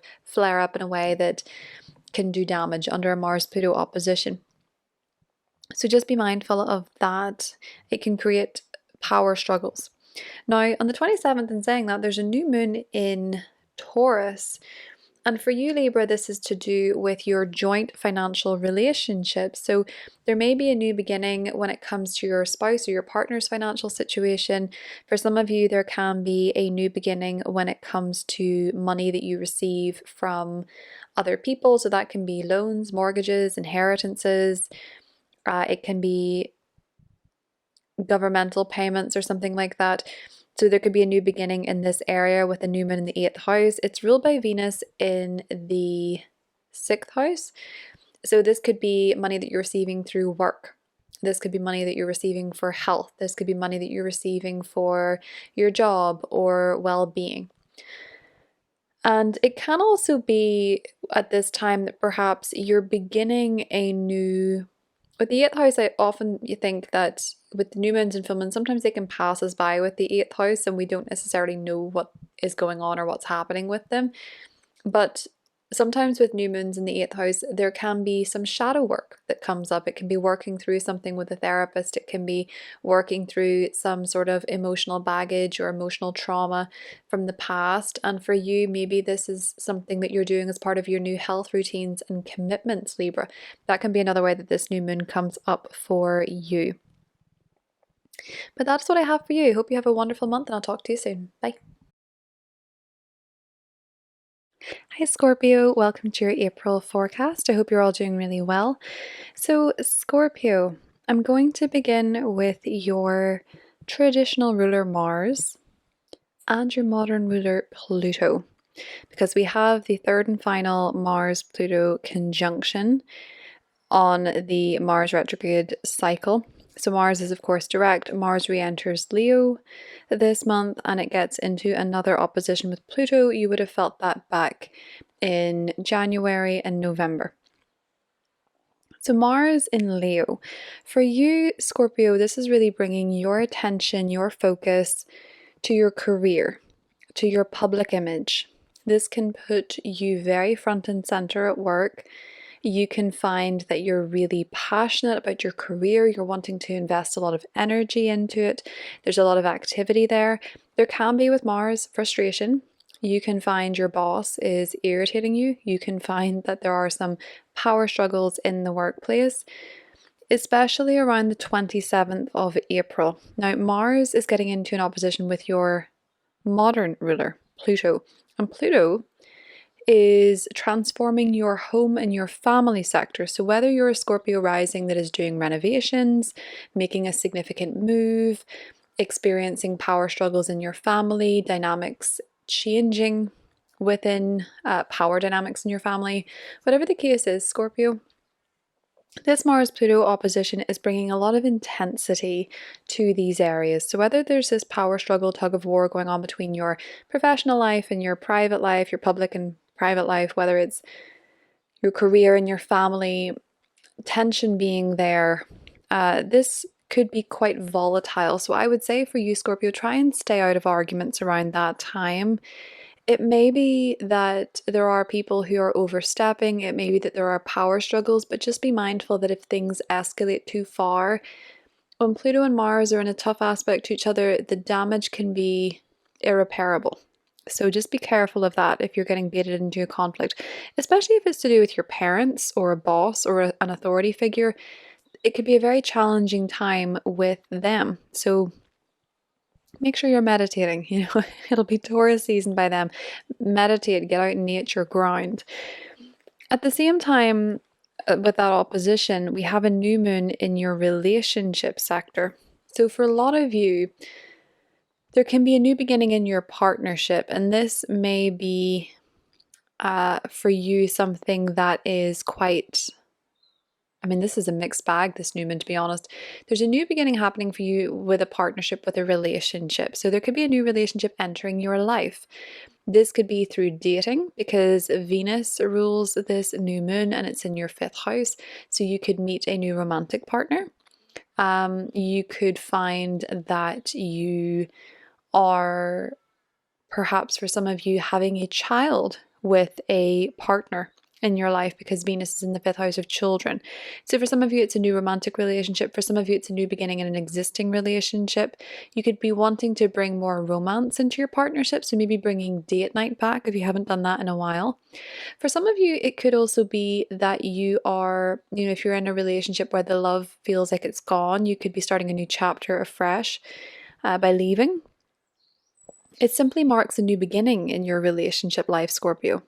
This can also be, if you're creative, a new creative collaboration as well. But because of that Mars-Pluto opposition, there can be some power struggles when it comes to this new beginning in your relationship. So maybe, you're trying to keep people at work happy, trying to keep your parents happy, and trying to keep your partner happy. And it feels like you're being tugged in multiple directions around the time of that new moon, Scorpio. But that new moon is truly a new beginning in your relationship sector. So a new start with a partner, a new start with a significant relationship in your life, or a new partner entering your relationship life as well, Scorpio, even if you're really very busy. So Venus, as I mentioned, is the ruler of that new moon, and Venus is in Pisces for most of the month, right up until the 30th. Venus going through the 5th house is beautiful for love. It's beautiful for romance. It can make you more attractive to dates. It can bring a more romantic and dreamy energy into your romantic life. However, Venus is retrograde until the 13th. And Mercury is also retrograde in that sector until the 7th.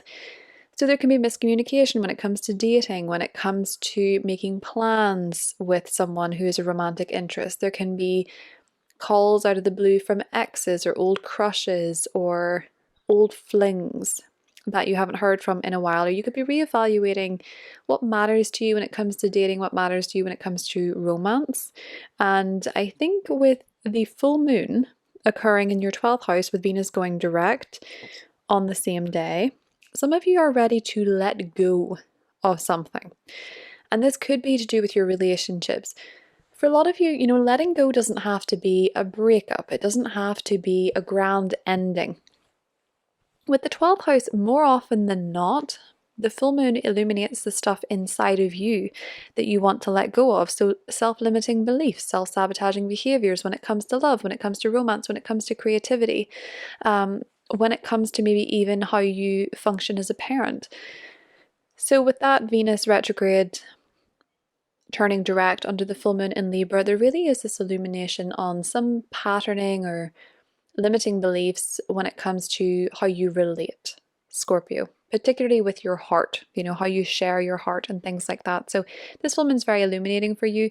Full moons in the 12th, they can be quite emotional. I will also say you could be feeling a little bit under the weather around the time of this full moon. Sometimes that happens too, and you can need a couple of days to yourself to rest and recharge, but you might just be feeling more emotional. And maybe, with the North Node in the 5th house, Saturn in the 5th house, some of you may be becoming parents, or maybe some of you are, becoming the artist you always wanted to be. And maybe you're feeling quite emotional about it with a full moon in the 12th house. You're letting go of some pent up feelings under that full moon, Scorpio. Just also bear in mind, under a full moon in the 12th, you could learn a secret. And this secret could be from someone you're dating. This secret could be from one of your kids. There could be someone that has a secret that you didn't know comes out around the time of this full moon, Scorpio, and it could be quite illuminating for you. Now, Venus retrograde and Venus direct, in the first half of the month, Venus is retrograde. It's connecting with the North Node in Pisces. You may need to have a bit of a reality check when it comes to parenting, when it comes to your children. It may also be a reality check when it comes to your love life, or it may be a reality check when it comes to your creative endeavors, Scorpio. You're sort of reflecting and thinking, is this working? Is this the direction I want to go in? What is this becoming? Maybe this is to do with someone you're dating. Maybe this is to do with your romantic life. And then when Venus goes direct, Venus will connect with the North Node and Saturn on the 20th and the 23rd respectively. And you have intuitive clarity on where you're going when it comes to dating, when it comes to romance, creativity, fun, even just having fun, Scorpio. I've noticed with a lot of Scorpio risings, now that the North Node is in their 5th house, some of them, yes, they're becoming parents. Some of them are quite simply committing to having a good time, to going to more social events, to going to more parties, to taking more risks in love. It's different for everybody. Some of them are becoming more creative. So for you, really, what this means, Scorpio, is that you're probably getting intuitive clarity on where you're going with a big creative project, your commitment to a creative project, or it could be your commitment to romance in your life, or it could be setting boundaries when it comes to dating, or it could be, committing to becoming a parent, or it could be, so many different ways this can manifest. But for you, really, Scorpio, at the end of the day, it's leading with your heart. It's what your heart wants. And you might have been back and forth in that a little bit lately. And this month you start to move forward with clarity on what that is. And if you have to let go of some self-limiting beliefs or self-sabotaging behaviors or fears along the way, all the better. Now, we do, as I say, have that focus on partnership and romantic relationship from the 19th with Taurus season. Taurus is your 7th house of partnerships, so putting your focus onto your key relationships, nourishing them like a Taurus, making sure your partner's got enough to eat. Now we're going off the beaten track, but essentially, Scorpio, other things that are happening for you this month until the 19th. We have the sun in your 6th house, very focused on your health, very focused on your well-being. We just had a solar eclipse there, so your health is a big priority for you, your routine, your job. Some of you could be beginning a new job after that eclipse. Some of you could be beginning a new health routine. Mercury, from going direct on the 7th, re-enters your 6th house on the 16th, and it connects with Neptune. Neptune now in your 6th house is bringing more of a mind, body, spirit approach to your daily routine, your daily regimen. Very soulful energy. You want to feel connected to spirit. You want to feel connected to source. You want to feel connected to God, a higher power, when you're going about your daily routine or through your work. So there may be more commitment to a spiritual practice for you at this time. Mercury there, you may find yourself going back and forth to the gym. You might find yourself looking up recipes. You might find yourself learning more about fitness and health and well-being, and really, it's something you want to talk about. It's something that you want to engage with others on, focusing on health, talking about health. And it could be quite a busy time at work as well. Scorpio is one thing that I will say for you. So that is what I have for you, Scorpio. I hope you have a wonderful month, and I'll talk to you soon.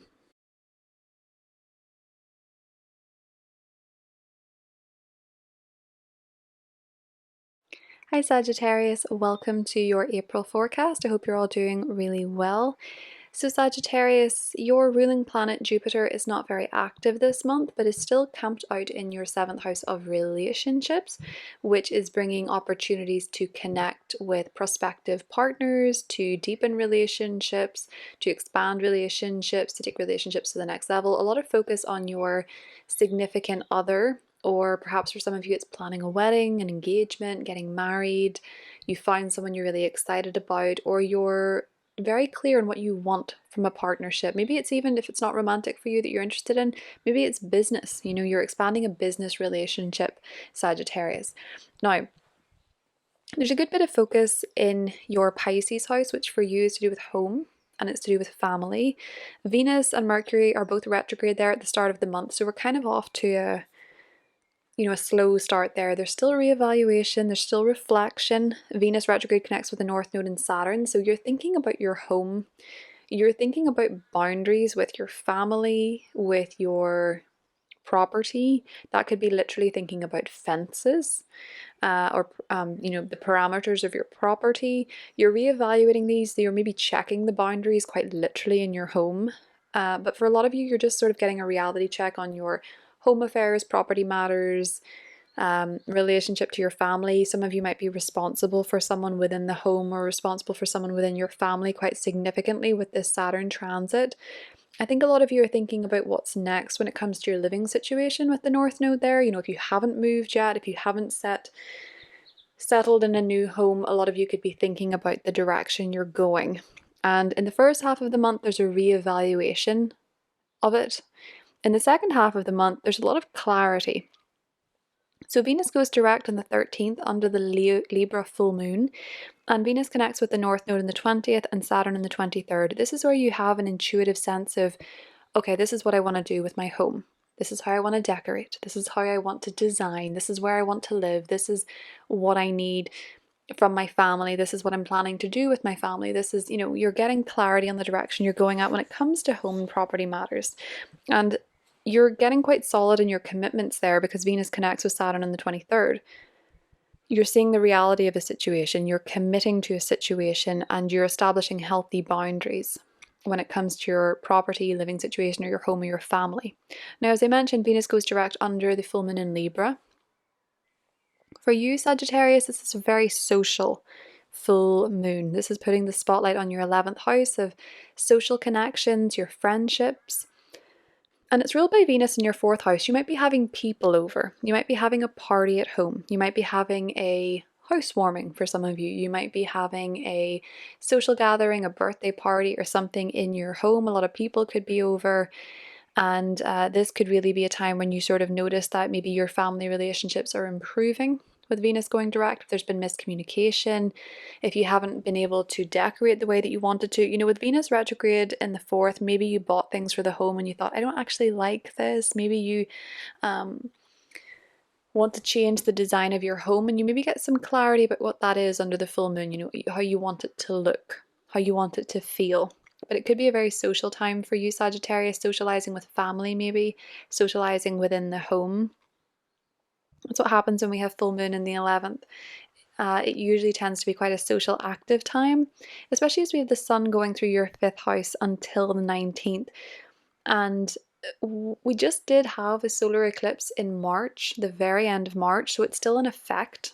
And you might be noticing that, for some of you, you're maybe finding new love, you're maybe finding a new romantic interest has come into your life, or you might be finding that you're pregnant or you're expecting a baby, or you might be working on a great creative project of yours, Sagittarius, and the sun is keeping that illumination in that area. So it could be quite a romantic time for some of you, especially when Venus enters your 5th house on the 30th. May could certainly be a very romantic time for you, Sagittarius, but there's a lot of focus on having fun and enjoyment and pleasure in the first half of the month. Mars is entering your 9th house on the 18th. So if you're going to get into a spat with somebody, I want to say it's probably about religion, spirituality, politics, worldviews, philosophy, that kind of thing. But for some of you, and it can also be frustration at mentors or teachers as well. But for some of you, this can be a time where you're really wanting to take action on a travel plan, a travel trip, or you're really wanting to put your action and your focus into studying, learning something. Maybe you're studying for an exam, maybe you're studying for a course, maybe you're writing a thesis, maybe you're getting a degree. Whatever the case is, Sagittarius, you're wanting to be bold and take initiative in this area. You're excited to learn.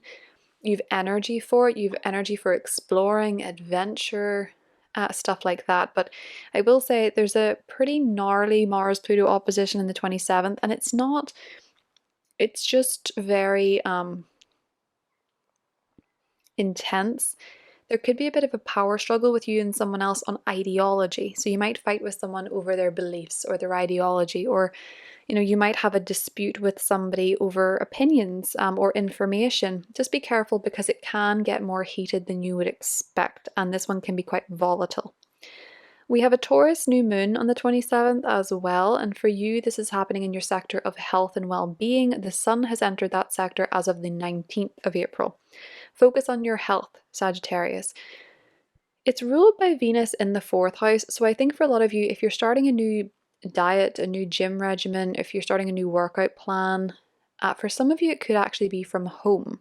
So whether that's a home gym or you're working out from home or you're clearing out your fridge to be full of things that you feel are best for you at this time, whatever the case is, it feels like you're really beginning a new daily routine, a new health and fitness routine, or you're focusing on your health, and it's through the lens of doing it from home or it being something that is yeah, I think it's from home. I think a lot of you could be beginning a period of working from home, or you could be beginning a period of getting fit from home. Maybe bringing more house care or home care into your routine as well for some of you. But it's essentially a nice fresh new moon. It's got a bit of a back to school theme when you're getting your habits and your routine organized, Sagittarius, with that Taurus new moon. And that is what I have for you. I hope you have a wonderful month, and I will talk to you soon. Bye. Hi Capricorn, welcome to your April forecast. I hope you're all doing really well. So Capricorn, your ruling planet, Saturn, is getting into a conjunction with the North Node. Now, this is happening in your 3rd house of the mind. A lot of you might be committing yourself to learning something new.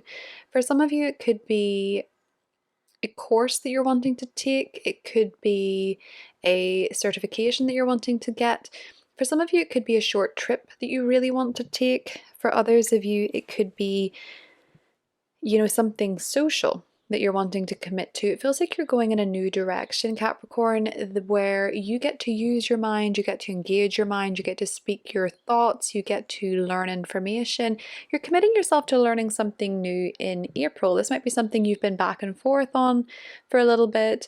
This might be something that you've maybe been reconsidering with the Venus and Mercury retrograde in this sector. But a lot of you could be going in the new direction with an interest or a hobby of yours. This could also be something you're committing to with a sibling or a neighbor, working on something together, going in a new direction together with one of these people. These relationships could have been a little bit back and forth, maybe challenged at times with Venus retrograde and Mercury retrograde in this sector. Now, Venus and Mercury are both retrograde in your 3rd house until the 7th when Mercury goes direct, and then Venus goes direct on the 13th. So until the 13th, we kind of have this reevaluation when it comes to your mindset, when it comes to the way you've been thinking, when it comes to how you're communicating, what you do and don't do, what you do and don't say. And for a lot of you as well, this could have been reconnecting with a sibling, reconnecting with a neighbor. Maybe you haven't seen a sibling in a long time and you've reconnected socially to catch up. Maybe you have reconnected with a neighbor in your life. For some of you, there could have been strain in this area, misunderstanding in this area as well. But because Venus retrograde is connecting with the North Node and Saturn, this could be a time where you're checking your boundaries with neighbors, maybe even your literal boundaries, your fences.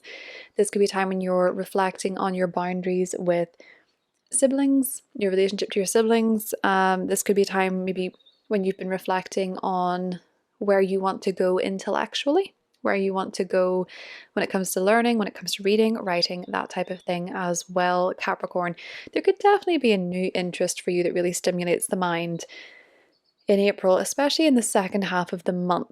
Now, Venus is going to be there all month, so this is a nice time to connect with, as I say, neighbors, siblings, even aunts, uncles, cousins, extended family. They can be people you're reconnecting with at this time as well, or connecting with when Venus is direct, Capricorn.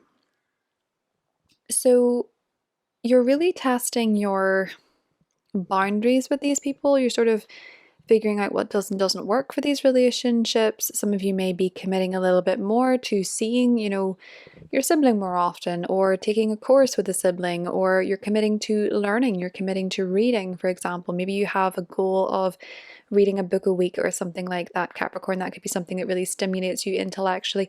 You'll want to be intellectually stimulated in April. Now, we do have the sun going through your fourth house of home, family, property matters until the 19th. And we did just have a solar eclipse here. There's possibly new beginnings afoot for a lot of you Capricorn when it comes to where you live, your house. That could be through moving, renovating, redecorating, changes in the family structure, changes with roommates. And Neptune is now in that sector. So Neptune is settling into your home and family sector. You might find that you want to focus very much on the energy within your home, cleansing a space or having crystals in the home or spiritual symbolism in the home. I don't know why that was so hard to say, Capricorn. But it can also be with Neptune, be careful of damp, be careful of mold, be careful of flooding. So just be mindful of not leaving the taps on. Obviously, this is a 14-year cycle, but I'm just drawn to the fact that for you, Capricorn, Neptune settling into that sector, just be mindful of those things. That just simply means checking. Sometimes Neptune can make it more susceptible. I've known people who had Neptune transiting their fourth house when they accidentally flooded a room. These things can happen. I'm not saying they're going to happen. I'm just saying make sure to check, especially around the 16th. Mercury enters your home sector where you're more focused on taking initiative, checking things, getting the information that you need, making the phone calls you need to make, having the conversations that you need to make. So if you're searching for a home or making changes in the home, Mercury now direct in Aries is the time to communicate, to state boldly and bravely what you need when it comes to your home or when it comes to your family. Capricorn. Now Mars is entering Leo on the 18th. This is where you're taking action. For a lot of you, this is very spicy. It's very heated for your intimate relationships with Mars going through the 8th house. This might also be a time where you're getting your joint finances in order, figuring out your mortgage, your loan, checking in with those different types of things. This can be a time of conflict in these areas though. So this is where people might fight over inheritance. They might fight over property. They might fight over joint resources, mortgages, loans. They might be frustrated with government payments, that type of thing, when Mars goes through this sector. Be careful around the 27th, 28th, when Mars and Pluto get into an opposition in your financial sectors, Capricorn, because there can be power struggles when it comes to money or when it comes to values. You may find that you are feeling quite financially fearful around this time, and it could lead to tension or conflict. Whatever is happening around this time when it comes to your finances, be very careful of getting into a big spat with someone else because it can do significant damage. Mars-Pluto oppositions are notoriously quite unproductive transit-wise, so I would just say, be mindful of other people trying to control you or manipulate you financially. Be wary of making any sudden moves financially around this time, Capricorn. There's a new moon in Taurus on the 27th. This is to do with love. This is to do with romance. For some of you, you could find yourself beginning a romance with someone who you meet locally. You meet through a course, you meet through a neighbor, you meet through a sibling, you meet through your local environments. This could be someone who is with the Venus Saturn energy, someone who's maybe older or younger than you, a bit of an age gap. For others of you, this could be a new beginning in your romantic life because you and your romantic interest are doing local dates together. You're going to, for some reason I want to say the bookshop. You're going to a bookshop, you're going to events in your local community, you're just feeling like you want to take a drive together, you want to take a short trip together, you want to do something intellectually stimulating together. That could be where you find romance, or that could be the theme of your romantic date around this new moon. It can be a new beginning for you romantically, Capricorn. It can also be that you find with this new moon that you're wanting to have more fun, but your financial situation is frustrating you with that T-square. For some of you, this could be a new beginning with your children. This could be something happening in the life of one of your children around the time of this new moon, a new beginning for them. Maybe they're starting school, maybe they're starting a new school, maybe they're taking tests, or maybe they're doing something academic. around this time that is important to you. They're getting some sort of results that are important to you when it comes to your child's schooling, or they're beginning something new with their education, or they're beginning something of a hobby locally for you as well, or something you're aware of. This can also be, for some of you, a pregnancy, believe it or not. So with the new moon in the 5th, this could be a time where you are deciding that you want to have a baby, or you're deciding that you want to, for some of you, even learn something with a child, because that Venus in the 3rd house energy is making me think it's a very intellectually focused new moon for you. So maybe you're teaching your child to read or something like that as well. It can go many different ways, Capricorn, but the themes are, to do with either your dating and romantic life or your children. Can also be a creative hobby for some of you that you're beginning, especially if it comes to writing, okay? So that is what I have for you, Capricorn. I hope you have oh no, how did I forget? The full moon this month on the 13th. This is pretty important. The full moon is happening for you, Capricorn, in your 10th house of career. So for a lot of you, there's a pivotal moment when it comes to your career around the 13th. Venus is going direct that day as well, which is illuminating your relationships at your job, at your career, the people that you work with. There can be a significant turning point in your career. Again, it sort of focuses back to education. Maybe you're getting to take a course through work. Maybe you're getting to take a course through your employer. Maybe you're studying for something new when it comes to your job. Maybe some of you are deciding that you want to take a course to improve your career, your higher learning. This can be a time for you, Capricorn, I think, where you are really focused on your job. You might get some important news pertaining to your work, pertaining to your career, some important conversations that maybe have been back and forth are coming into the spotlight around the time of this full moon. And you could very much find yourself, Capricorn, in the spotlight. You could find yourself very public and front and center under this full moon. And I think that if you do, honestly, I think that people might be quite inspired by what you say. I think you will say what you need to in quite a charming manner, with it being ruled by Venus direct in the 3rd house. Venus going direct is going to bring a lot of charm to your words, and Venus going through the 3rd house all month means that you're particularly charming with your communication. So that is what I have for you, Capricorn. I hope you have a great month, and I'll talk to you soon. Hi Aquarius, welcome to your April forecast. I hope you're all doing really well. So Aquarius, there's a lot to get through this month. I want to start with your traditional ruler Saturn getting into a conjunction with the North Node on the 14th. It's happening in your 2nd house of finances and the way that you make your money, but also your values, your self-worth, your self-confidence. So for a lot of you, it looks like you could be committing to a new path. And this may be a new beginning for you financially. This may be a significant turning point in the direction that you're going in with how you make your money, what you're making your money from, what you're spending your money on. Saturn brings up commitment, it brings up responsibility, it brings up reality. And with it being in the sign of Pisces, this can sometimes be a little bit of a reality check. Now, also in the beginning of the month, Venus and Mercury are both retrograde in your financial sector.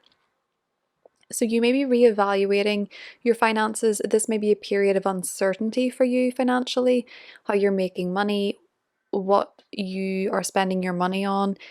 Retrogrades can sometimes bring money that is owed to us back to us, but they can also bring up bills. They can bring up bills from the past that need to be settled. So there's a lot of, I would say, instability going on with your financial situation. It does turn around this month though, and you do seem to be going on a new path. Venus retrograde in your financial sector for you, with it connecting with the North Node and Saturn, you're reflecting on and reevaluating your financial commitments.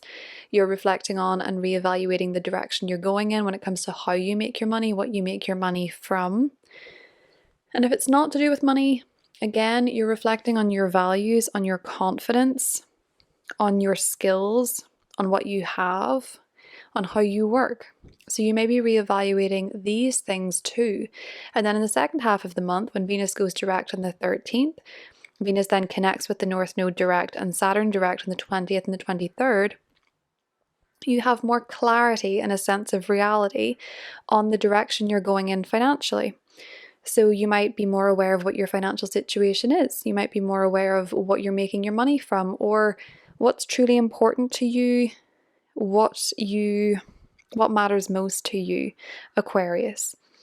So a lot going on in your second house this month, but Venus being in your second house, it is pretty good for attracting money. It is pretty good for attracting nice things. I often find when Venus is going through the second house, you can find a lot of things you want to buy, you know. So sometimes you're just better staying away from the shops. You can find things that you really like, and you might, regret them when Venus is retrograde. So your purchases in the first half of the month, you might not be so sure if you really want them or not. But sometimes Venusian energy can actually bring you things that are, well suited to you or worthy investments. But I would keep the receipt just in case.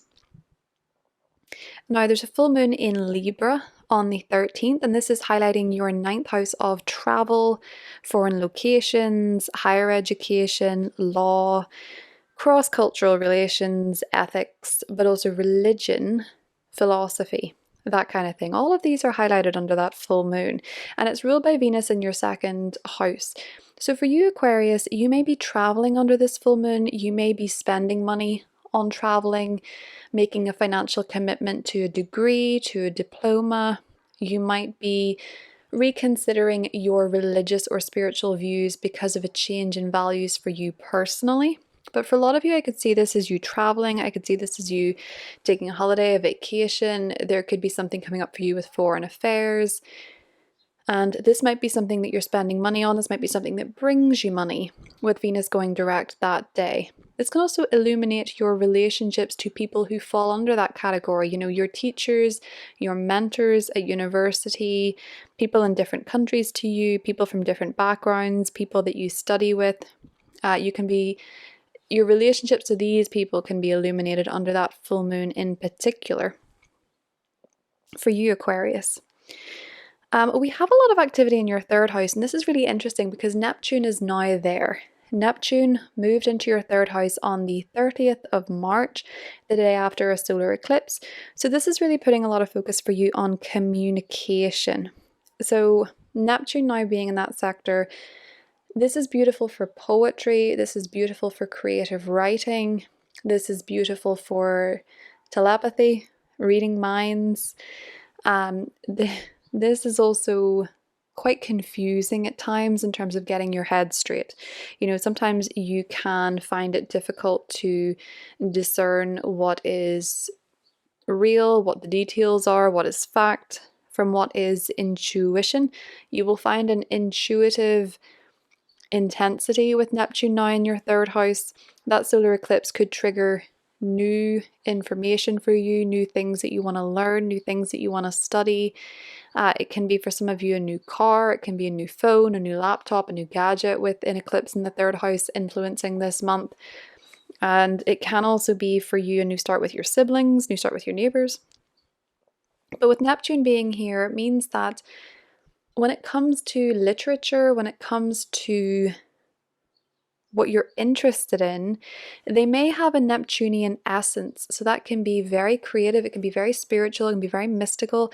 Your mind can be more drawn to spiritual, mystical, and magical things when Neptune goes through the third house. As I mentioned in the solar eclipse video, I love this one for Hosier as an Aquarius rising because I'm just thinking about the future albums and the future art. But for all Aquarian risings, this can be very creative for you. Even if you're not so naturally inclined, you might find yourself entering a creative writing competition at some point. You might find yourself writing poetry, writing sonnets, whatever the case is. Aquarius, it's very dreamy. As I say, it can be kind of confusing. And I would also say that if you have a vehicle, make sure that you are regularly checking the oil, with Neptune being in your third house now, if you're not already. So on the 18th, Mars gets out of your 6th house of health, of fitness, of work, and moves into your 7th house of relationships. So Mars moving into your relationship sector, this is where you take action and you feel bold. This can be to do with romantic partnerships, but it can also be to do with business partnerships. Mars here tends to make things heated, so it can be where you make the first move in a relationship. If you're single, it can be where you find more passion in your current relationship. But with turning up the heat in this sector can also bring the intensity when it comes to conflict. You can find that if you're in a relationship, maybe you bicker more. Maybe you have disagreements. Maybe there's tension. Maybe there are misunderstandings with Mars being in the 7th house and it really cranking up the heat. But this can also be a time when you dedicate a lot of energy and action towards your relationships, your significant relationships. I would watch out for the 27th though. Mars in your 7th house of relationships is getting into this kind of nasty opposition with Pluto in your 1st house. So I love Pluto in your 1st house for you, Aquarius, because it is allowing you the space to transform and truly be yourself, and you're a sign that sort of leads with that energy. But Pluto being in your 1st house is bringing you a lot of transformation to who you are, and a lot of you are really embracing stepping into your power with Pluto in your sign now. But with that opposition, you may find that somebody doesn't like that. You may find that someone is threatened by your power. You don't even have to say anything or do anything. Someone might just be competitive. Someone might just be a bit more conflict driven. I would lay low with that opposition, especially because you are an Aquarius, because it's totally unproductive, truthfully. Power struggles that happen under this opposition are just unpleasant. There's no greater meaning, there's no greater opportunity that comes from it. I would just sort of avoid it if you could. Don't get baited into conflict, because it can go so much worse than it needs to be, just because people's buttons are more pushed around the time of that opposition. So just be mindful. And if you have, a partner that is, whether it's business, romantic, whatever the case may be, that's sort of spoiling for a fight, I would just do your Aquarian thing and say, can we take some space? Can we have some space? Because getting into an argument is not going to be productive around that opposition. Now, around that time, we do have a new moon on the 27th. So actually, smack bang on that time. On the 27th, we do have a new moon that is activating this opposition. So it's a fixed T-square. This new moon is happening in your sector of home, family, property matters. Some of you could be moving. Some of you could be getting a new home, maybe buying a home, finding a new rental. Some of you could be, for sure, some of you could be spending money on your living situation, because it's ruled by Venus in your 2nd house, and Venus is quite close to Saturn at that new moon. So you could be making a significant financial commitment to a new home, to a property. You could be getting your affairs in order for a move. And there could also be a new beginning happening in your family sector, something happening with your immediate family. There could be a change in your roommates as well. And it looks like whatever new beginning is happening for you home-wise, Aquarius, it may require some sort of down payment or some sort of financial commitment. For some of you, it could be a move. For some of you, it could just be redecorating, And maybe this redecorating is what is annoying your partner, or maybe, you having to move is frustrating a relationship for you with that new moon. But nevertheless, sometimes change is as good as a rest, and sometimes change is scary, but sometimes it's necessary to get things moving that have become quite stuck. So if you've been feeling quite stuck with your living situation, this may be the time when you're thinking, I need to make a change. So that is what I have for you, Aquarius. No, that is what I have for you. That is what I have for you. I hope you have a good one, and I'll talk to you soon. Bye. Hi Pisces, welcome to April 2025. This is your horoscope for the month ahead. So Pisces, I want to start by saying your ruler Jupiter is quite inactive this month, but remains in your 4th house. So your focus really is still on your home and your family, expanding your home, maybe looking for a property, moving, renovating, expanding your family, enjoying your family, traveling with your family. These can all still be big priorities for you this month. And bear in mind, in May, they are giving way to some new beginnings, thanks to a Gemini new moon that is coming up. So if that's your focus, just know that there are new beginnings on the horizon for you there. Now, when we look at April, there's a few things that stand out. Firstly, both Mercury and Venus are going to be going direct in your sign. So when we have planets in your sign, they're quite loud. Whether it's an outer planet or an inner planet, we really feel the energy, especially in a sensitive sign like Pisces. You're very sensitive individuals. So you may really be feeling these energies. Venus being there, you can feel more beautiful, more romantic. You can attract more attention, more love offers, more compliments for your style, for your beauty, for your personality, with Venus being in your sign. And Venus is actually in your sign nearly all month, bar the 30th when Venus re-enters Aries. So Venus in your sign is bringing you this gift energy, especially as Venus is exalted in Pisces. But Venus is in retrograde until the 13th. So in this time, you're really reflecting on your image, you're really reflecting on who you are, who you're becoming, and what version of yourself you want to be next, because Venus connects twice this month with the North Node, once via retrograde and once direct. And Venus retrograde also connects with Saturn, and then Venus connects with Saturn again while direct. So the 3rd of April, when Venus retrograde is conjunct the North Node, you're kind of reflecting on where you're going. Who you're becoming, what version of yourself you want to show up as, and also, in essence, how you want to look, how you want to dress, how you want to love, how you want to spend money. Venus retrograde connecting with the North Node can also help you bring back styles, products, things that made you look good, things that make you feel good. It can also bring them back to be used, sort of recycled, I guess, into something new. And when Venus direct connects with the North Node on the 20th, you kind of have clarity on your image and your style. You might make a vision board of what you want to look like, how you want to style yourself, or just who you want to be, even if it's not at all aesthetic. It can be how you want to feel, how you want to show up to a party, how you want to be socially. Venus similarly connects with Saturn twice. Venus retrograde connects with Saturn in the 7th, and this is when you're getting a bit of reality check, Pisces, and who you are and your personal boundaries. And for a lot of Pisceans, maybe the Venus retrograde connection to Saturn is where you realize that you have perhaps not had solid enough boundaries in place with others, particularly when it comes to joint resources or when it comes to communication.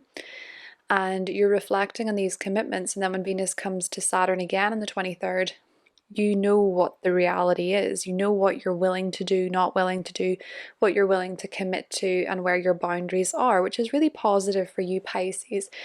I actually was listening to a song called Just Like Magic by Ariana Grande, and one of the lines is, "Good karma, my aesthetic. Keep my conscience clear, that's why I'm so magnetic." And taking her out of the equation, it's just that I know that she wrote that when Saturn was in her first house. Saturn is the planet of karma. The first house is the aesthetic. And I was just listening to that and thinking, oh, that's so on point for Pisces rising. Good karma, my aesthetic.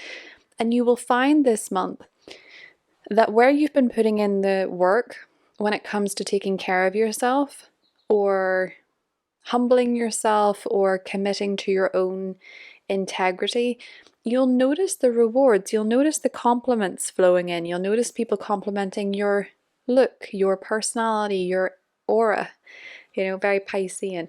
So I just listened to that and I really thought about Pisces with that particular lyric.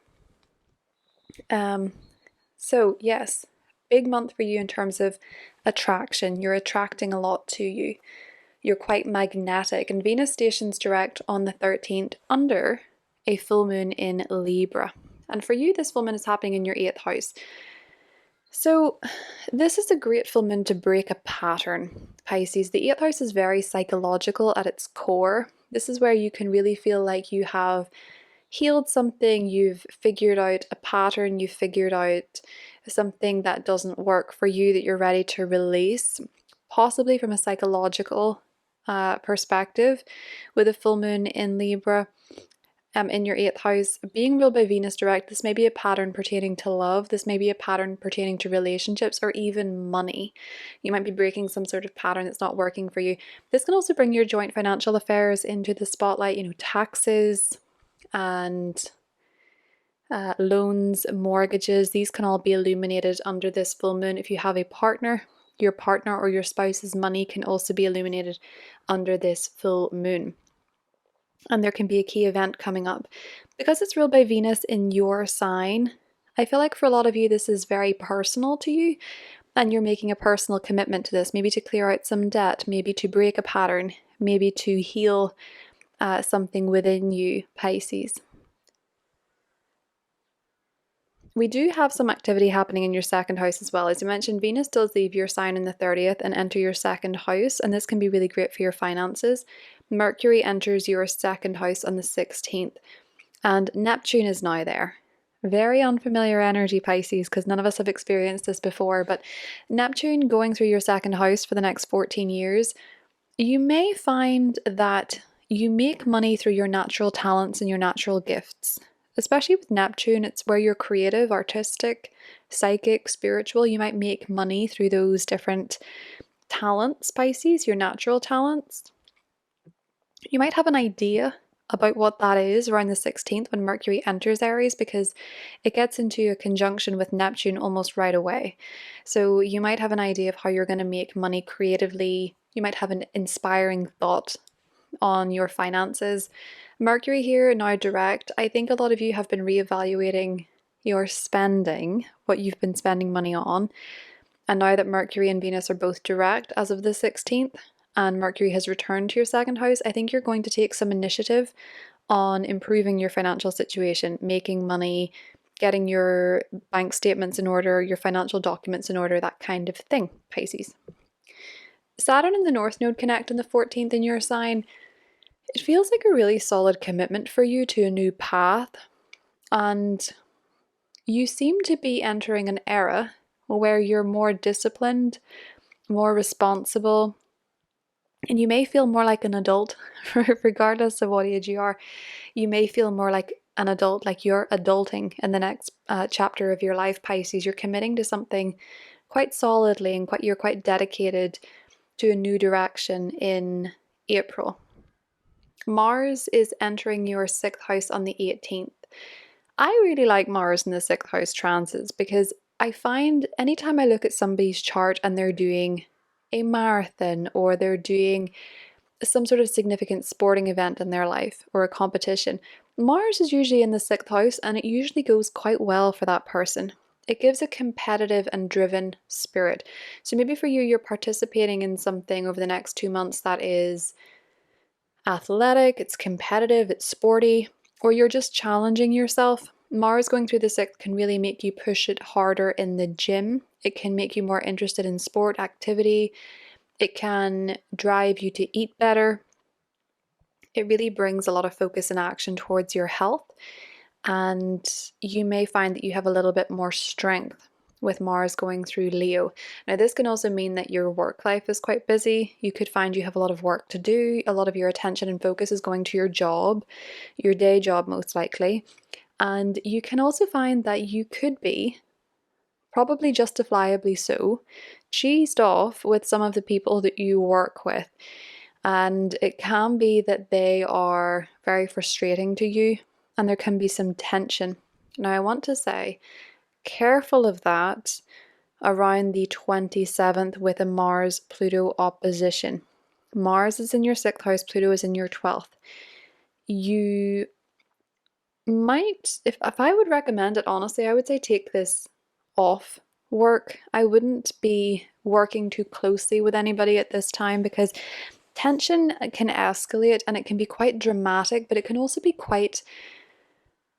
it can bring about the kind of change that nobody's happy with, It's honestly quite an unproductive one. You can find there are power struggles between you and another person when it comes to your job, when it comes to your work, and I don't think you're going to get anything out of it if you're baited into conflict. So just be careful of that one. You know, someone could have been acting shadowy or secretive in a way that's not pleasant for you, or withholding information from you, and it might really frustrate you when it comes to a coworker, when it comes to a colleague, when it comes to an employee.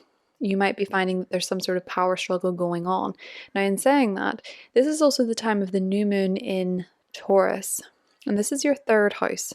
So for some of you, this could be, in a mundane level, a new car. It could be a new phone. It could be a new gadget, a new laptop, something of that nature. For others of you, this can be a time to get more involved in your local community.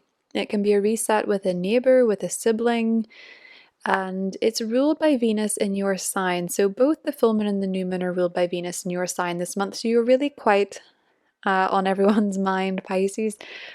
This new moon being ruled by Pisces, Venus in Pisces, you might find that you are wanting to be involved locally. You are wanting to buy a new car. You're wanting to get a phone.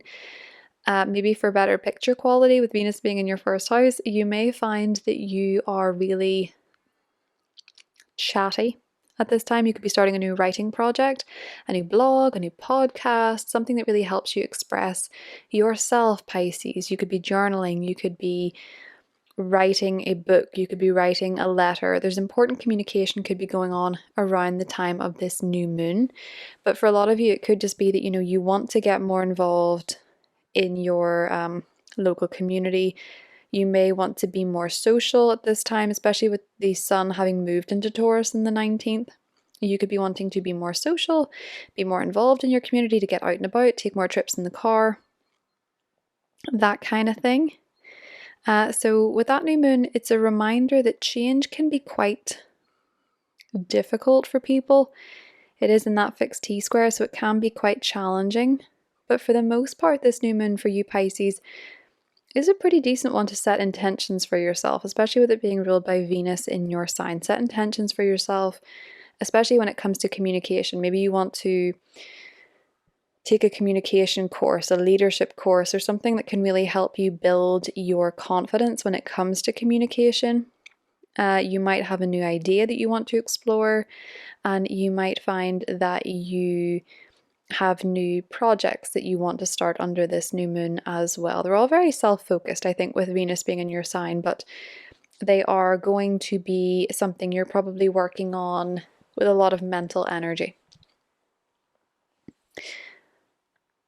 So that's what I have for you, Pisces. I hope you have a wonderful month, and I will talk to you soon.